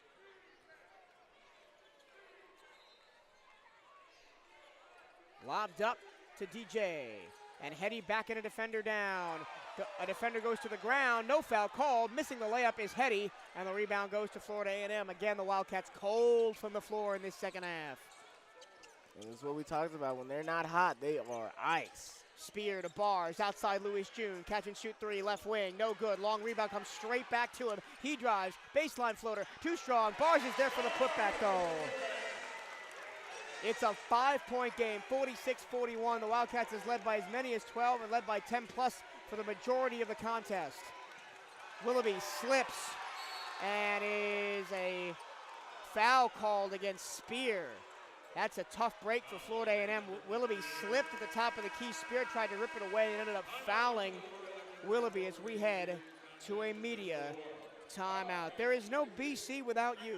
Show your support for Bethune-Cookman Athletics by joining the Wildcat Champions Club today. Help us build a championship culture at Bethune-Cookman. You can donate and join at cookman.scalefunder.com. That's cookman.scalefunder.com. We appreciate all of you who joined us on the CatEye Network tonight and all season long. Whether you're a fan of Florida A&M, Bethune-Cookman, any of the teams that we've played throughout the year, we appreciate your patronage of the CatEye Network. We've done some big numbers especially in some of those men's games that have come down to the wire, 900, 1,000, 1,200 viewers at once. Yeah. Especially that Southern game That that went to Southern game, I overtime. think we were at 1,400. Yeah. Crazy numbers. But we appreciate each and every one of you for sticking with us, and we'll be back on the air on Wednesday in Birmingham, Alabama, as the men's team takes on the SWAC tournament. Another new gym for us, another one unlocked for me. It'll be the second straight time that the Wildcats have made the tournament. They made it last year as the 8th seed that went 12-20 and snuck in by beating FAMU on the last day of the season. Yeah. This year they have played a very good season, but it's going to be interesting to see, depending on, how serious this Harmon injury is, what this team looks like it brings into the conference tournament, because at the moment, offensively, they haven't had it. Wildcats 11-2 at home, 4-11 on the road, and 0-2 on neutral site games. That is a wild split. They just have not got any consistency on the road, which is what gave me some trepidation coming into this game. Wildcats have it, 11:50 to go in the game. Willoughby controls out high, 20 on the shot clock. Willoughby thought about stepping into a three. McIntyre, freshly into the game, drives, puts up a shot, missed it right from the free throw line. Wildcats continue to be ice cold, a 2-minute scoreless drought for the Wildcats. Spear trying to make it a one-possession game. Wildcats lead by 5, 46-41, 11:28 to go. The Rattlers would have nothing more than to spoil this one for Bethune-Cookman.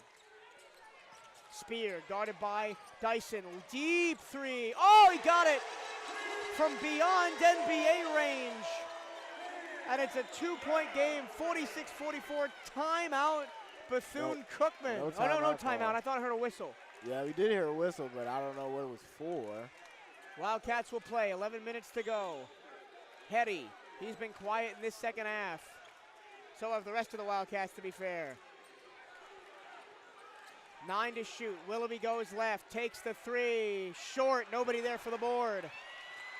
And then a steal by Dyson immediately. He takes a baseline runner and hits it. That's a massive break for Bethune-Cookman. He's been the only guy really scoring consistently, has Dyson. As Catch and shoot, Louis June, three, no. And a wrestle for the rebound is won by Hetty. Long stretch pass, Hetty in the front court from Willoughby. Wildcats stagnant in front of him. He just gives Hetty time to work. He's guarded by Louis June.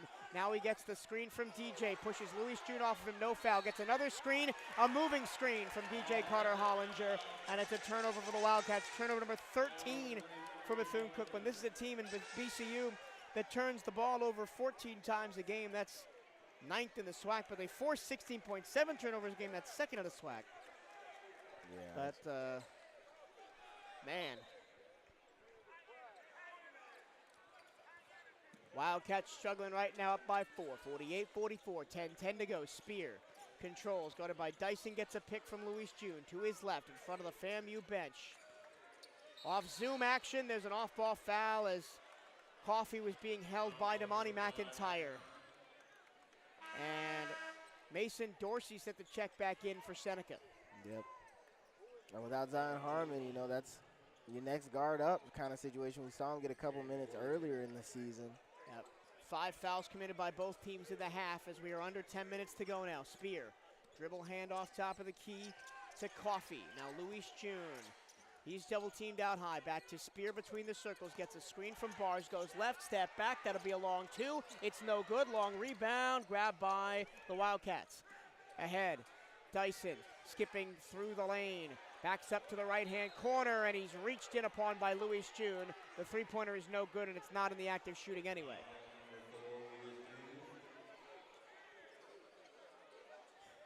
It's been a confusing little time break for the Wildcats.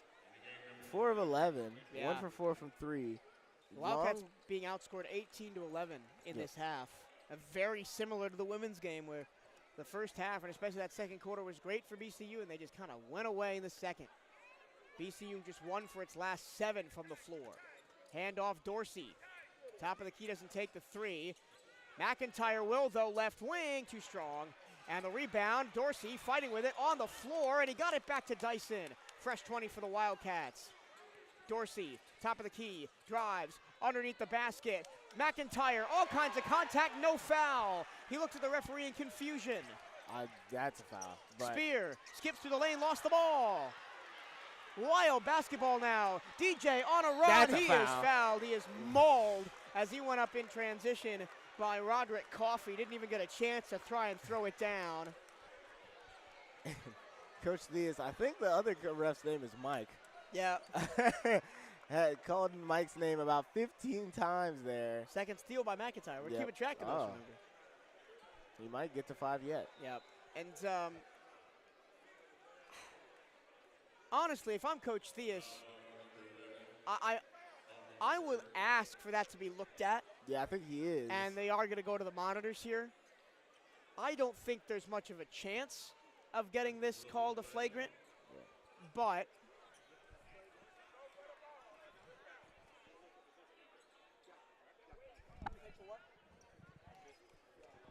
so it is a common foul. They're not checking that. They're checking for potential common, I'm not sure what the referee said. Something. Potential something afterwards. It might be something somebody said. It might be a shove after the whistle. We'll see. But they are at the monitor looking at it. Yeah. Big scoreless streak for both of these teams. FAMU scoreless over the last 2:11.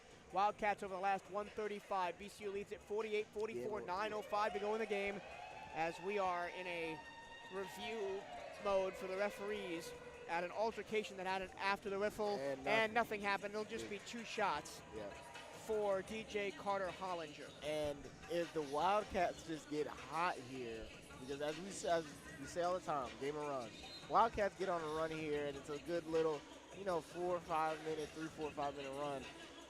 That could really put this game out of reach down the line and put themselves in a good position. But to do that, you have to score a lot. Yeah. And the Wildcats haven't been doing that. Just 4 of 13 from the field in this second half. I mean, they shot 53% from the floor in the first and scored 37 points. What do we talk about all the time? The Wildcat index. If they score more than 80 points, they're likely going to win the game. But they're not even going to get close now with 48-44, 9:05 to go. They're going to have to grind this one out in a lower scoring game. And they haven't been great at those, to be perfectly honest, in this game.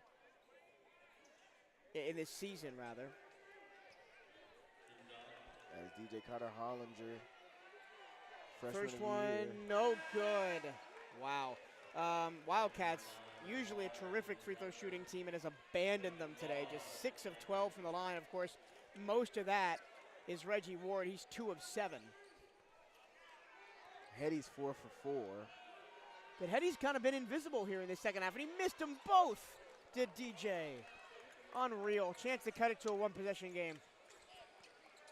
KJ Parker into the game for Florida A&M. Hands right to Coffey. On the left block, here's Chapman playing with 3 fouls. Webster between the circles, drives left, kick. Parker in the corner, guarded by his opposite number, Mason Dorsey. Parker goes back to the top, guarded by McIntyre. Now back up, 3 seconds to shoot, now 2, long 3. Didn't get anything. Shot clock violation, and again, the Wildcats play good defense. It's what's keeping them in the game. Yeah, I mean, when you look at the shooting percentage for Florida A&M, they're shooting 37% as well. They're not shooting good either. 28% from beyond the arc. As Dorsey, cross-court pass, front court for Deshaun Dyson. 8:21 in the game. Wildcats by 4, 48-40. Dyson between the legs, step back 3 from straight on. He got it again. That's just crazy. Fire in the fingertips of Deshaun Dyson. 51-44, the Wildcat lead, 8 minutes to go. Deshaun Dyson legacy game incoming here. She's up to 23 points. Parker goes left, guarded by Ward. Now Chapman in traffic, top of the key. Coffey running layup good. And Spear is not in the game right now. The Wildcats have to win these minutes where he is on the bench. Yeah. Dorsey doubled in the backcourt. He gets it to Hetty, top of the arc. To the baseline for Ward. Reggie backs up. Hands to Jacoby Hetty. Hetty dances, goes left, and lost the ball. Turnover forced by Chapman. Hetty just disappeared from the 12 points he poured into the first half. As the Rattlers also look to slow down possession here. 51-46, 7:11 to go. Rattlers top of the key. They have it with Lamar. Underneath it goes. Low block. Back out Coffee. He runs to the free throw line and gets his jumper blocked. Dorsey had his pass stolen by Coffee, and then Coffee lost the ball. He recovers it in the corner. Wildcats get back defensively. Chapman in the corner. Now Parker straight away, and he'll reset. A fresh 20 on the shot clock for the Rattlers. Not been the prettiest game of basketball here. Lamar, wing three, good. 2-point game, 51-49, 6:30 to go. Wildcats looking for some offense and looking for it now. They again trap in the backcourt. Dorsey almost turns it over, but he dribbles past the timeline, lobs it up. Hetty doesn't get a clean catch on it, but he continue the possession. Dorsey, high post, back out. Ward, Hetty underneath. Reverse layup, oh, hangs on the rim and doesn't go. Hetty is snake bitten in this second half. He can't get anything. Chance to tie the game for the Rattlers, 51-49, 6:06 to go. Parker, out high. Dancing with it against Deshawn. Eerily similar to the women's game. Coffee, defender in the air, wing three, off left, doesn't even hit the rim. Offensive rebound, Chapman traveled. Thank goodness for that, because he put the rebound up and in as we hit another media timeout, the under a 6. 5:47 to go. Wildcats with the slimmest of leads, 51-49. They're shooting 33% from the floor in the second half. Just 5 of 15 from the field and are being outscored by 9. Yeah, I mean, very frustrating second half. Haven't really gotten the looks that they've been wanting. This Rattlers defense has done a good job of stopping them from getting those. I'm going to say it again. It's unbelievable that the Wildcats have just disappeared offensively in this second half, exactly the same as the women's game. They are scoreless over the last 2 minutes and 30 seconds. The Rattlers are on a 5-0 run. And the main thing is the only player scoring is Deshawn Dyson. Yep. Nobody else has gotten anything. And if you take out these technical, we score a free throw or something, if you really look at the grand scheme of like the past 10 minutes, I'd say we probably only scored like 6, 7, maybe 8 points just to consistent Rattler scoring. Long day. We started here at 2 o'clock in the afternoon. It is now after 6 p.m. Eastern time, and we are coming down to the wire in this one. 5:47 to win. In the end of the game, the Rattlers trying to spoil the end for Bethune-Cookman and prevent them from finishing over 500. Wildcats at 15-15 on the season, 10-7 on the SWAC. And because Jackson State won, I think the Wildcats, if they lose today, are guaranteed to get 6th if they lose today, the 6th seed.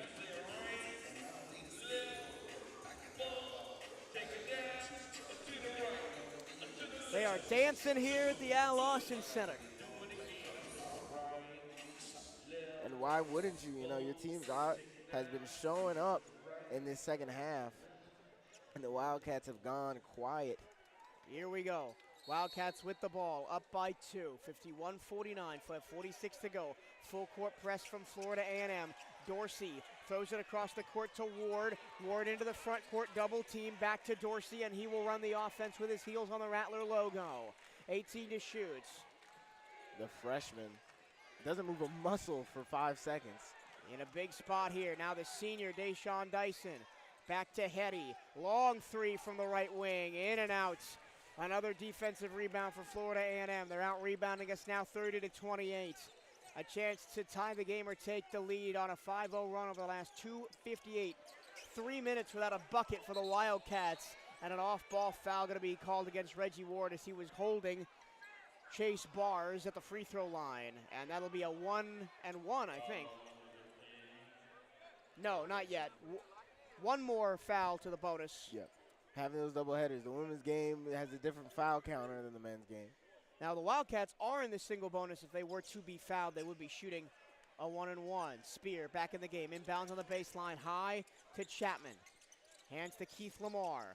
Guarded by McIntyre. Now Coffee. Baseline. Skips it to the corner. Spear. Catch and shoot for three. Good. It rolled around and in. And the Rattlers have the lead. Their first of the game. 52-51.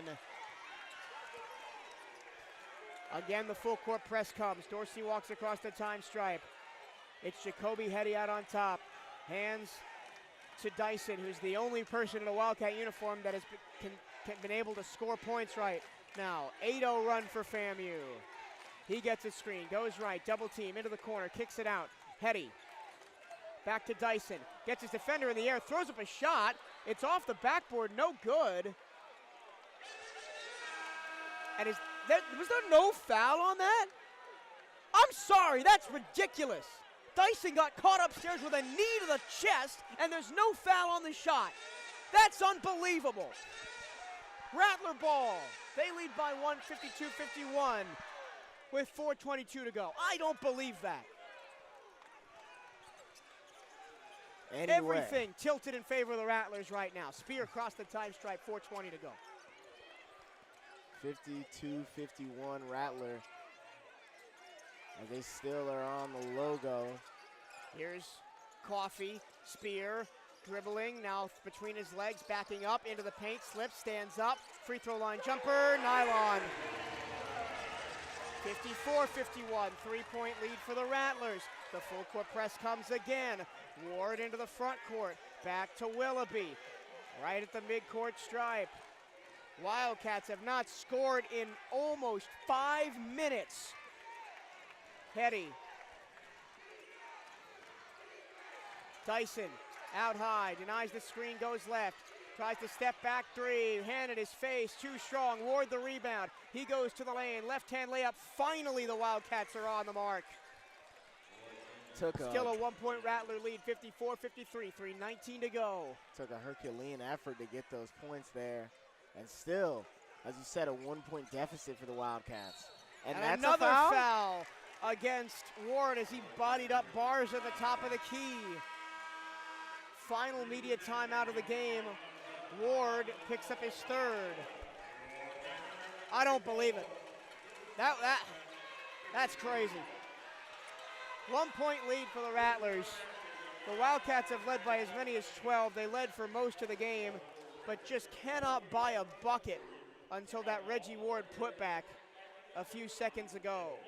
10-2 the run for the Rattlers over the last 5 minutes. Well, the Wildcats will be at the 2024 Starry SWAC Men's and Women's Basketball Tournament presented by Buick in Birmingham, March 13th through the 16th. In Bartow Arena in downtown Birmingham, ball games broadcast live on ESPN. For more information on the 2024 Starry SWAC Men's and Women's Basketball Tournaments presented by Buick, visit www.swac.com. Southeast Toyota Dealers is a proud supporter of Bethune-Cookman basketball. Visit your local Toyota dealers or explore Toyota.com today and take advantage of the deals on our full line of vehicles. Well, deja vu all over again, Henson. The women were up big and went away in the second half. Yes, the men were up big. They've gone away in the second half. 3 minutes and 10 seconds to go. The Rattlers, who are down 12, have a 54-53 lead. And the only difference is that one of these, out of both those teams, the only team that has Deshaun Dyson is the men's team. Yeah. And 23 for Dyson, but that's basically it. 12 for Hetty, 10 for Ward. 2 4 for Willoughby. Henderson, 2 for Willoughby, 2 for Holsey. Yeah. We said at halftime the supporting cast is going to have to step up. They have not. And it's going to be a 1-and-1 situation as the Rattlers are in the bonus off of that foul before the media timeout. Chase Bars, who's a 63% free throw shooter, the graduate student from Tampa, Florida, and a transfer from Western Michigan, but he's played the last 3 years here in this gym. First free throw, good, and they'll have another one. 55-53, 3:10 to go.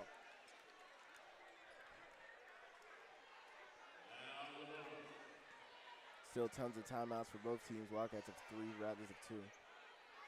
So it's going to be a long one here in Tallahassee. And like so many games the Wildcats have played this season, it's going to come down to who makes the tough shots at the end of the game. Right now, it's been Florida A&M. They have a 3-point lead, their biggest lead of the game.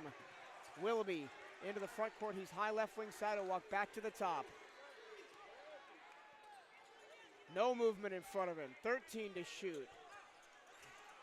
High post Ward. Floats it underneath. Willoughby to the corner. 5 to shoot.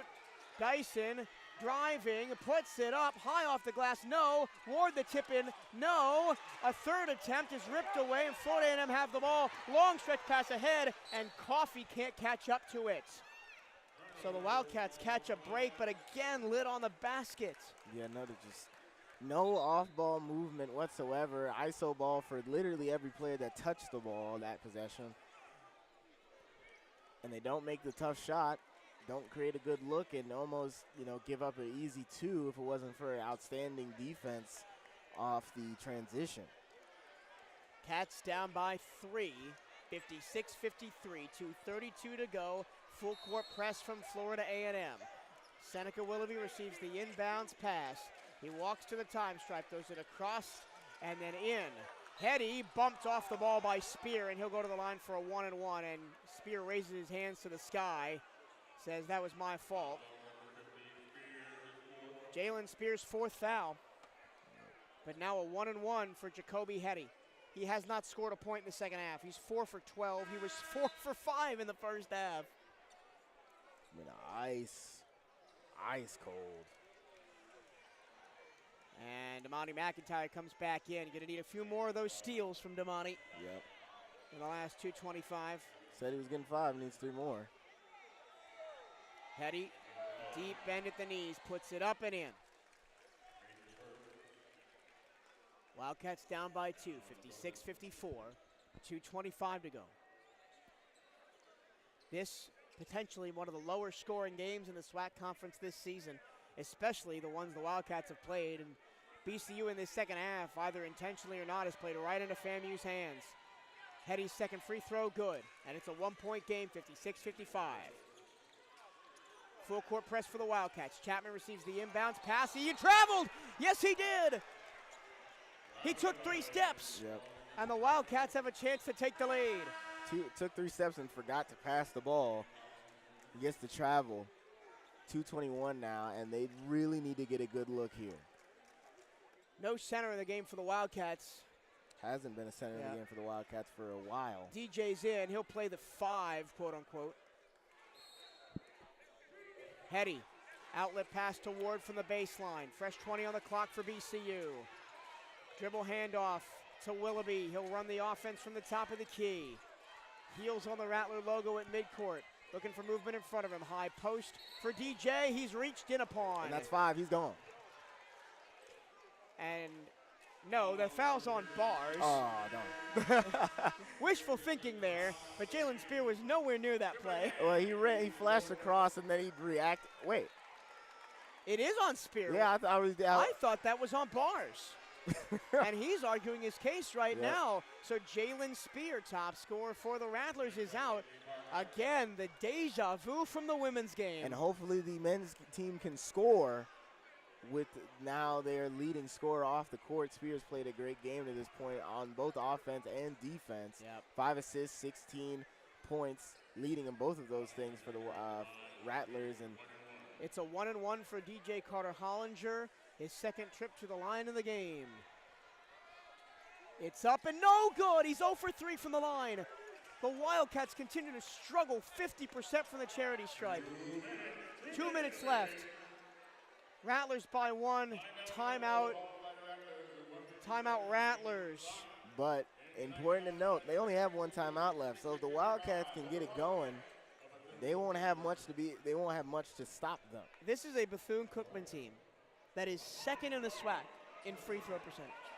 They shoot 75% on average. They are 8 of 16 in the game today. Just insane. And that's the one thing that kind of think translates to home and road, right? But man, oh man, have the Wildcats been snake bitten on the right side of the floor tonight. As soon as they switch sides, something shifted. It's something about this right-sided basket because on the women we're also on this basket. Over there, yeah. It's something about, I don't know if it's the extra space, the almost batter's eye looking cover behind the basket. But now the Wildcats will have the ball, or Rattler ball rather. Timeout, 1 point lead for FAMU, 1:57 to go, and the basketball. Both teams in the single bonus. Here we go. It's Chapman out high. Back to Parker, top of the key. He hands to Lamar. Lamar doesn't give it back on the dribble handoff. Lamar, he is stripped by Giovanni McIntyre. That's steal number 4. Oh, 4? He got 4? Or maybe steal number 3. I don't know. Yeah, it is steal number 3. Sorry, I put a phantom one in there. But now the Wildcats are in the double bonus. So now Willoughby, 2 free throws, who hasn't been to the line all game. Mind you, we're talking about a 50% free throw percentage. Yep. Only 3 Wildcats have been to the line. So, and again, you've won clutch games down the stretch this season by hitting free throws, and it just hasn't been there tonight. Yeah, and your best free throw shooter isn't playing today. The best free throw shooter in the SWAC. And one of the best in the country. Here's Seneca Willoughby.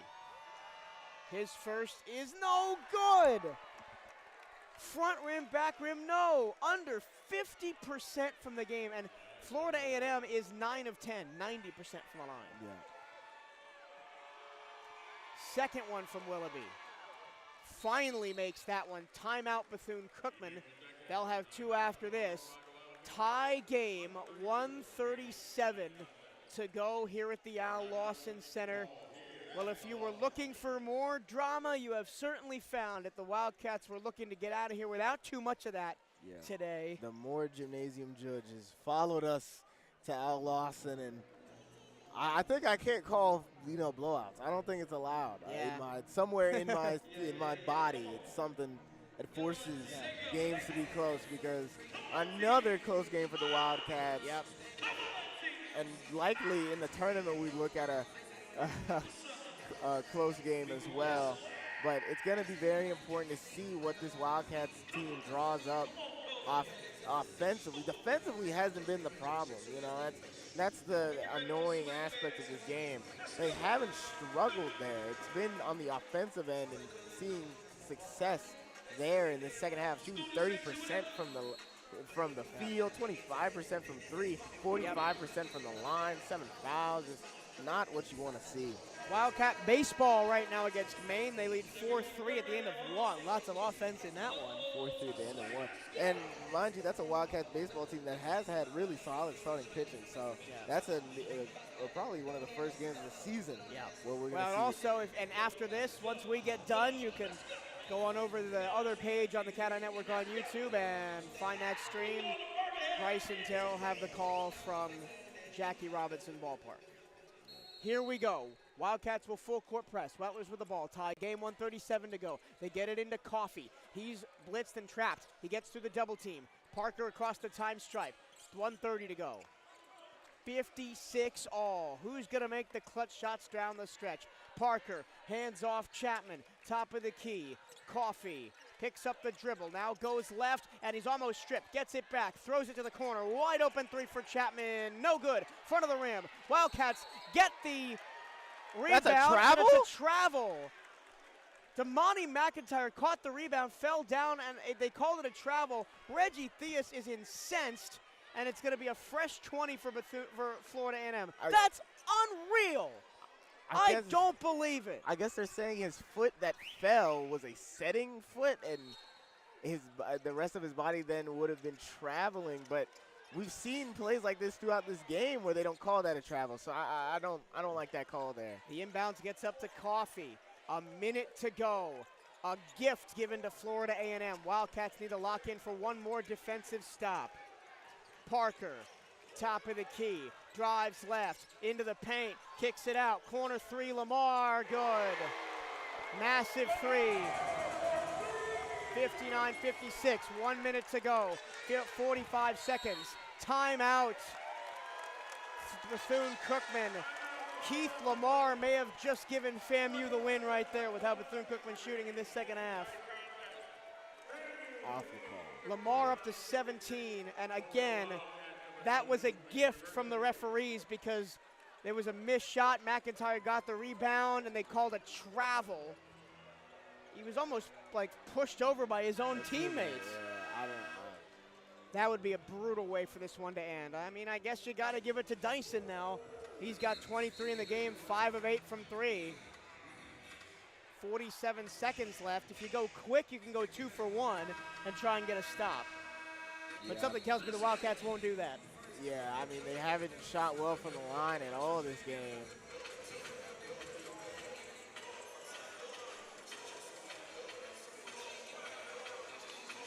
And if anybody knows how to hit a clutch shot late, it's Deshaun Dyson.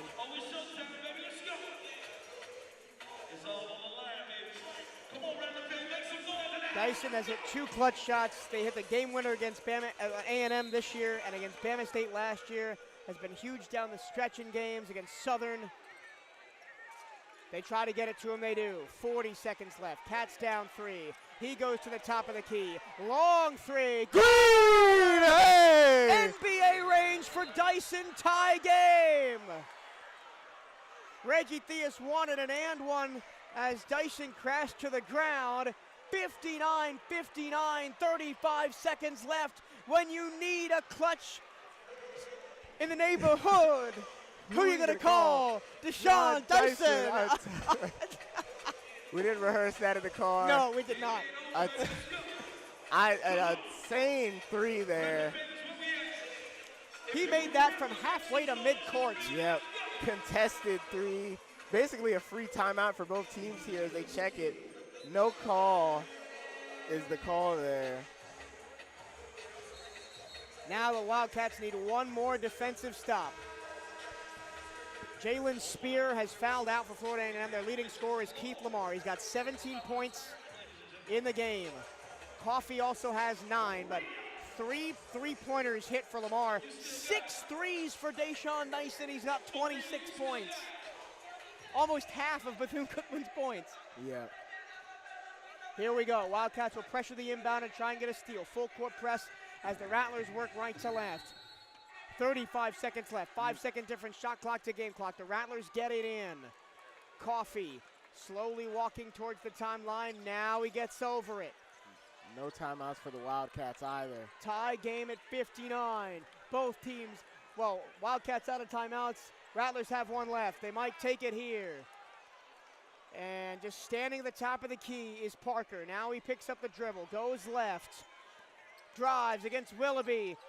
Got to pass the ball, hook shot, won't go. Wildcats have it, 6 seconds left, no timeouts. Deshaun Dyson into the front court with 2 in the corner. No good, and it's overtime at the Al Lawson Center. Oh my goodness, Deshaun Dyson had a chance to win it.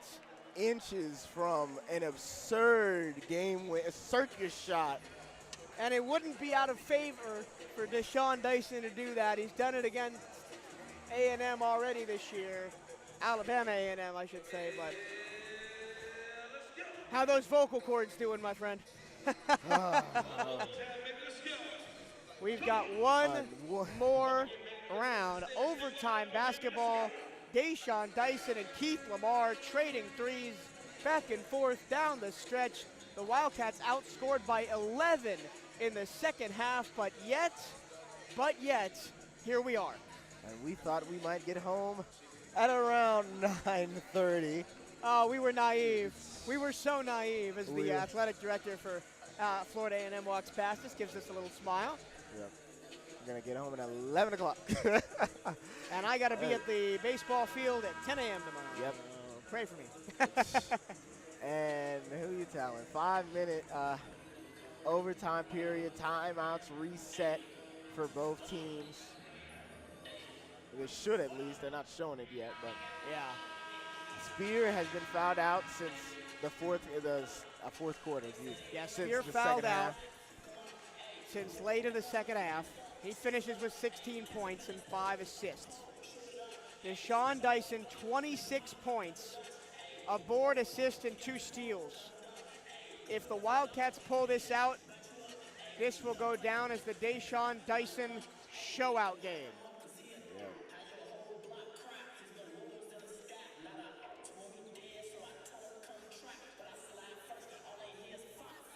We will maintain the status quo in terms of sides of the floor. Bethune-Cookman will go, no, they will switch, yeah, Bethune-Cookman will go right. Florida A&M will go left. The jump ball is up in the air. It's won by FAMU. Coffee controls. And here we go. Baseline. Lamar dribbling against Ward. Gets his shot blocked. He goes down to the floor in some discomfort. Willoughby. Wildcats in a 5-on-4. Hetty back to Willoughby. Lamar finally gets back into the play. Low block for Reggie Ward. He sizes up his defender. Goes back. Willoughby back to Dyson. He drives. He steps back. He kicks to the corner. 3 on the way. Good! It's Reggie Ward from downtown.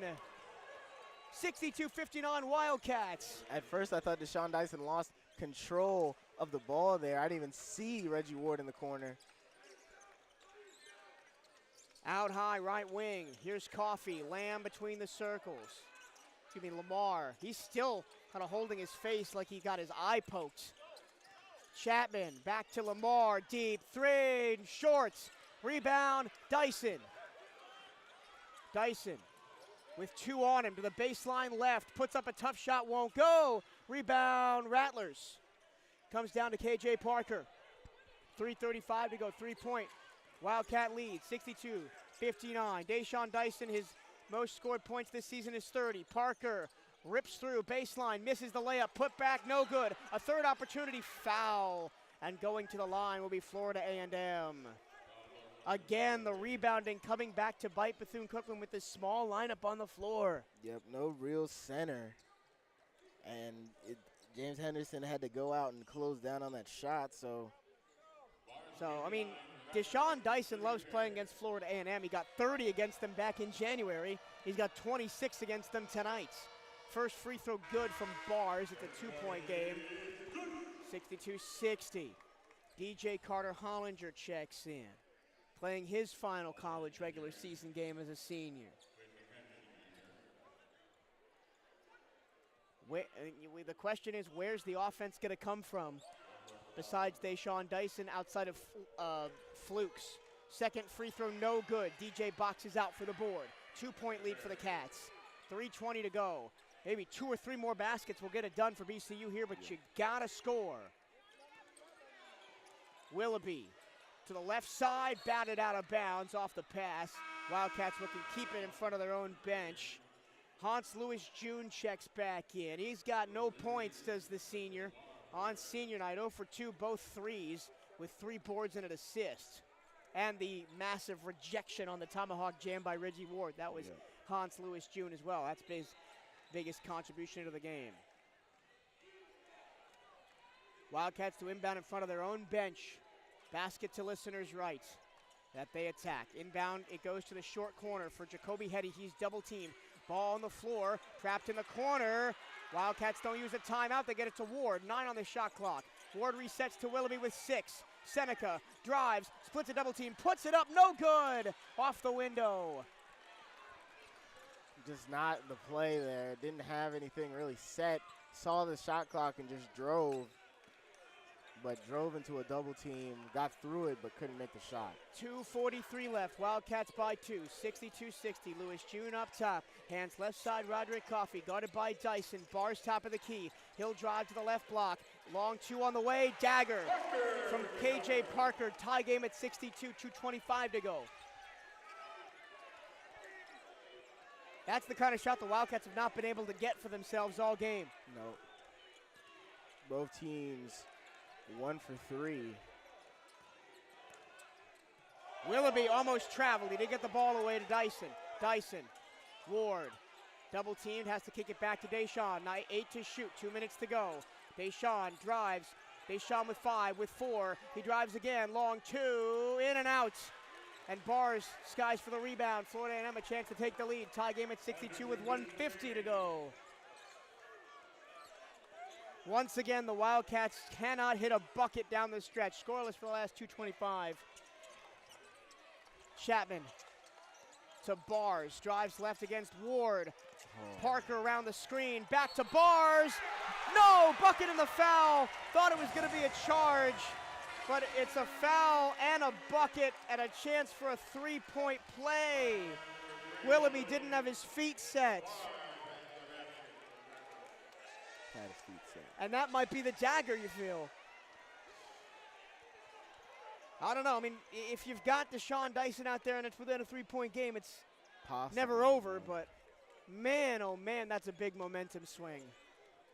And once again, they went to that kind of reverse pick and roll where the big gets it down low. The Wildcats have been able to stop that all game. Dyson and DJ got tangled up on the left wing, and that just created a car crash defensively. It forced Seneca to have to try to take a charge with the much more physically imposing Rattler crashing down on him. Chase Bars steps to the line for an and one attempt. And a chance to go to double figures for him. He's got 9 so far, 3 for 4 from the foul line. A 5-0 run for FAMU over the last 2:45. Wildcats scoreless. Only 1 basket in overtime for Bethune-Cookman. The extra point is no good. 2-point game, 64-62. Rattlers lead with a minute and a half left. I'm wondering where Jacoby Hetty is. He only has 2 points since halftime. It might be Deshaun Dyson or bust. Hetty, double team, defender in the air. He drives, he puts up a floater, off to the left, no good. Rebound to FAMU. Wildcats almost got a tip pass, but it's still Rattler ball into the front court. 1:03 to go. Wildcats maybe down to their last possession. Need a stop here, down by 2. Parker will just let the clock run down. 10 on the shot clock. Now he goes, working against Hetty. Parker drives to the baseline. Off balance, floater is good. 5-point game. Wildcats into the front court. Ward, baseline drive. Back out, Willoughby, 3, no good. Out of bounds on the rebound. Rattler ball, and that might be it. And now the Wildcats down 5, have to start fouling. Correction, down 4, but they still got to start fouling and hope for some missed free throws. Well, the Wildcats, they haven't been able to win on the road all season, and it's come back to bite them again. They've shot 31% in the second half and 1 of 6 in overtime. And the Wildcats are about to lose their perfect overtime record this season. Beat Southern in OT back on January 15th. Beat Alabama State in the extra period back on the 26th of February. Just a frustrating day. A frustrating day for Wildcat basketball. The men will still head to the SWAC tournament, but it will be as the 6th seed most likely, as they will be jumped by Jackson State, who finishes 11-7. The Wildcats will likely finish at 10-8. They can't be caught by either Arkansas, Pine Bluff, or Alabama A&M. So they'll be the 6th seed. They will either play Alcorn State or Texas Southern. And let me do some quick math during this timeout.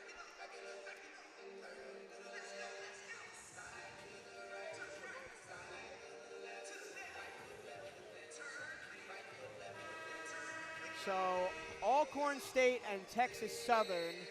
Alcorn's 12-5. Texas Southern 11-6. So if Alcorn wins and Southern loses, we play Southern. If both teams win, we play Alcorn again for the 3rd time this year.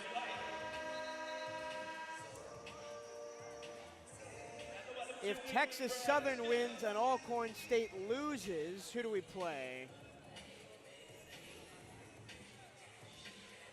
Texas Southern lost to Alcorn. So if Texas Southern and Alcorn have the same record, we play Alcorn. Yeah. Wildcats looking for a quick foul. No, they got the turnover. The ball goes out of bounds, though, and it's still FAMU ball. This is the kind of spot where Dyson got that steal in 3 against Alabama A&M, but unfortunately here we're down by 4. Yeah. And Deshaun has certainly tried his hardest. I mean, he's been pretty much the only one tonight. Yeah. 26 for Dyson. The next closest is 14 for Hetty, but 12 of those in the first half. Been a cold half. And the second half has not been kind to the Wildcats in either of these games. They get the ball in. Luis June swarmed and not fouled yet. It's a jump ball. Who's got the arrow? It's the Wildcats. So that was the extremely smart play there to not foul, just force the jump ball on the alternating possession. And now timeout for Coach Theus. And now, with 29 seconds left, if you get a quick bucket, then you foul, preferably a 3, but you can get a 2 as well. If you get a quick bucket and then you foul, you have a better chance of having a shot for a potential win. The Wildcats are down 4, 66-62. If I was Reggie Theus, I'd be drawing up a 3 ball for Dyson. Yep, I mean, that's pretty much your only consistent look. Nobody else on the team other than Reggie Ward Jr. has made a 3.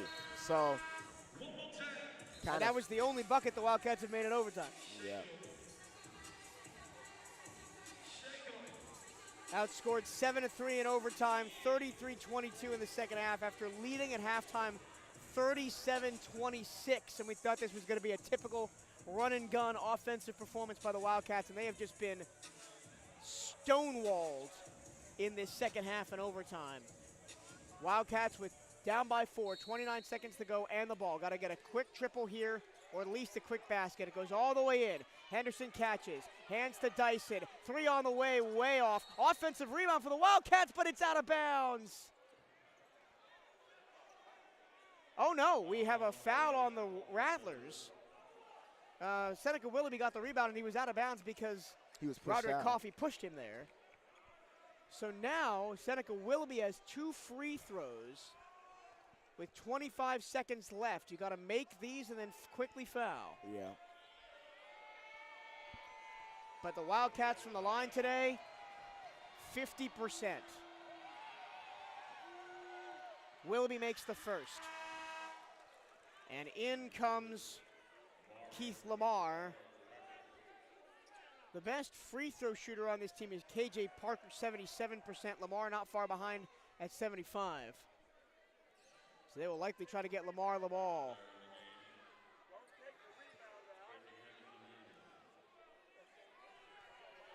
Willoughby to get within 2. Got it.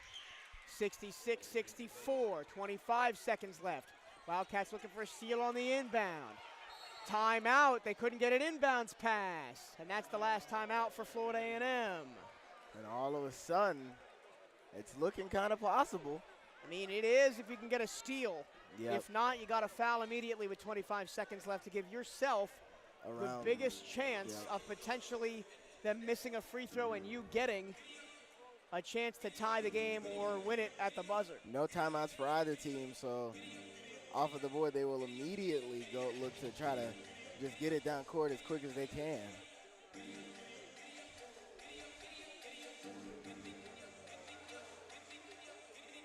Quick check-in on BCU baseball. It's still 4-3 in the second inning for the Wildcats. And if you needed an example of how slow baseball can be sometimes. The debate is raging on Twitter right now about who should get Player of the Year on the women's side. Ariana Grizzle. I think it should be either Duthshin Priyan of Grambling State or the shooting guard from Jackson, Bowler. Yeah. That's my pick. So or even Angel Jackson. I think Jackson's going to get Defensive Player of the Year, no doubt. She leads the conference in blocks. Yeah. I think Grizzle is a shout for Offensive Player of the Year, but I don't think you can I don't think you can say an MVP player doesn't have, a top anything in assists like in the conference. Or play on a playoff team. No. Well, I mean, there's a playoff team, but like an 8th seed. a 7th place team. Now, if she had was averaging 40 outright and was like, here we go. Yeah. Wildcats try to pressure the inbound again. 25 seconds left. Both teams out of timeouts. Wildcats down 66-64. Lamar runs the baseline, puts it in. They still haven't got it in yet. It goes in. 5-second violation. The Wildcats defend, and they'll get the ball. Under the basket with 25 seconds left. No timeouts for either team, as you said. You don't have to hoist a 3 here if you're Bethune-Cookman. At all. It's a 2-point game. Chase Bars wanted to check in. Referees aren't letting him. Same thing with Ward. Yeah, so the players on the floor, the players are going to stay there. Hetty and Dyson both on the floor. That's who you might turn to here. 5-second violation forced by the Wildcats on an inbounds pass. It'll be BCU ball with 25 to go. They're down by 2. The Cardiac Cats have done it before. Can they do it one more time to send us to the SWAC tournament in style? Reggie Theus is on the court, like 5 steps on the court, yelling at his players, pointing at where to be.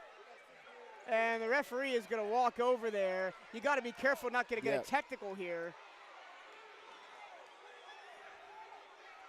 The referees are still discussing something. The Wildcats huddle up.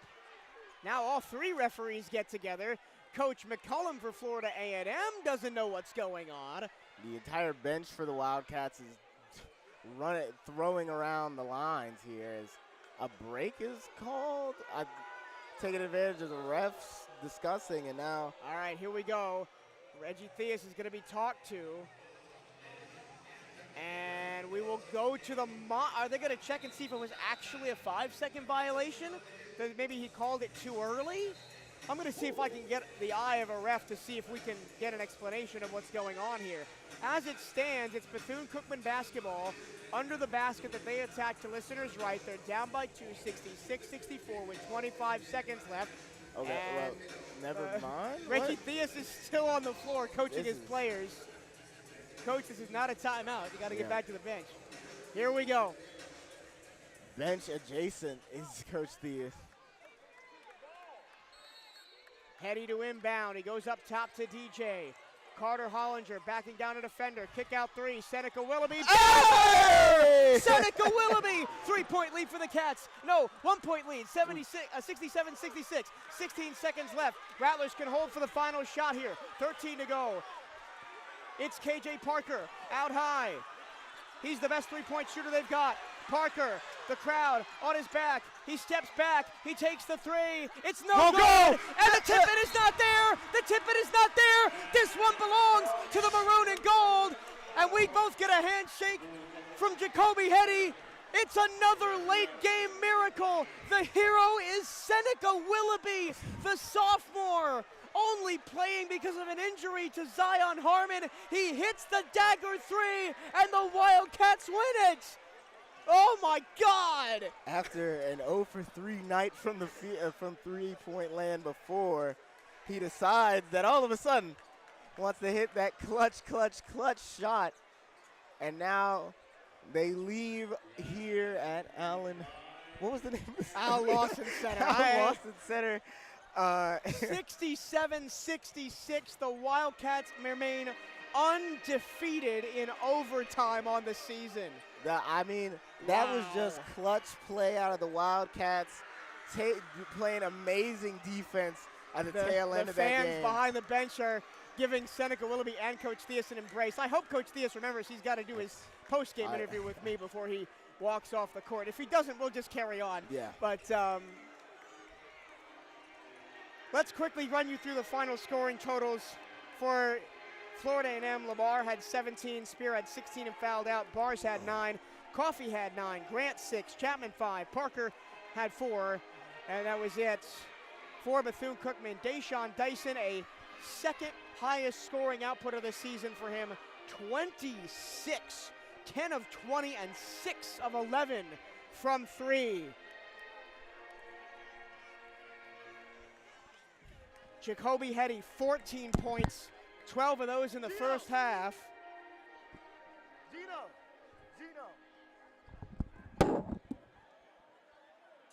Sorry, excuse me.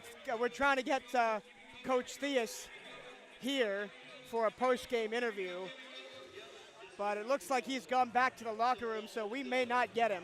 We'll continue to run through the final scoring totals just in case we get him back here. We'll hold for a few minutes just in case. But Dyson, 26, his second highest scoring output of the season. Hetty with 14, Ward with 13. How big was Reggie Ward tonight? 7 boards for him and 13 points. Yeah, he put on a show. You know, the rest of the team wasn't having the best offensive output, and gets those 13 points. Made that clutch three. Doesn't shoot threes. Makes that clutch three in to start the overtime period off.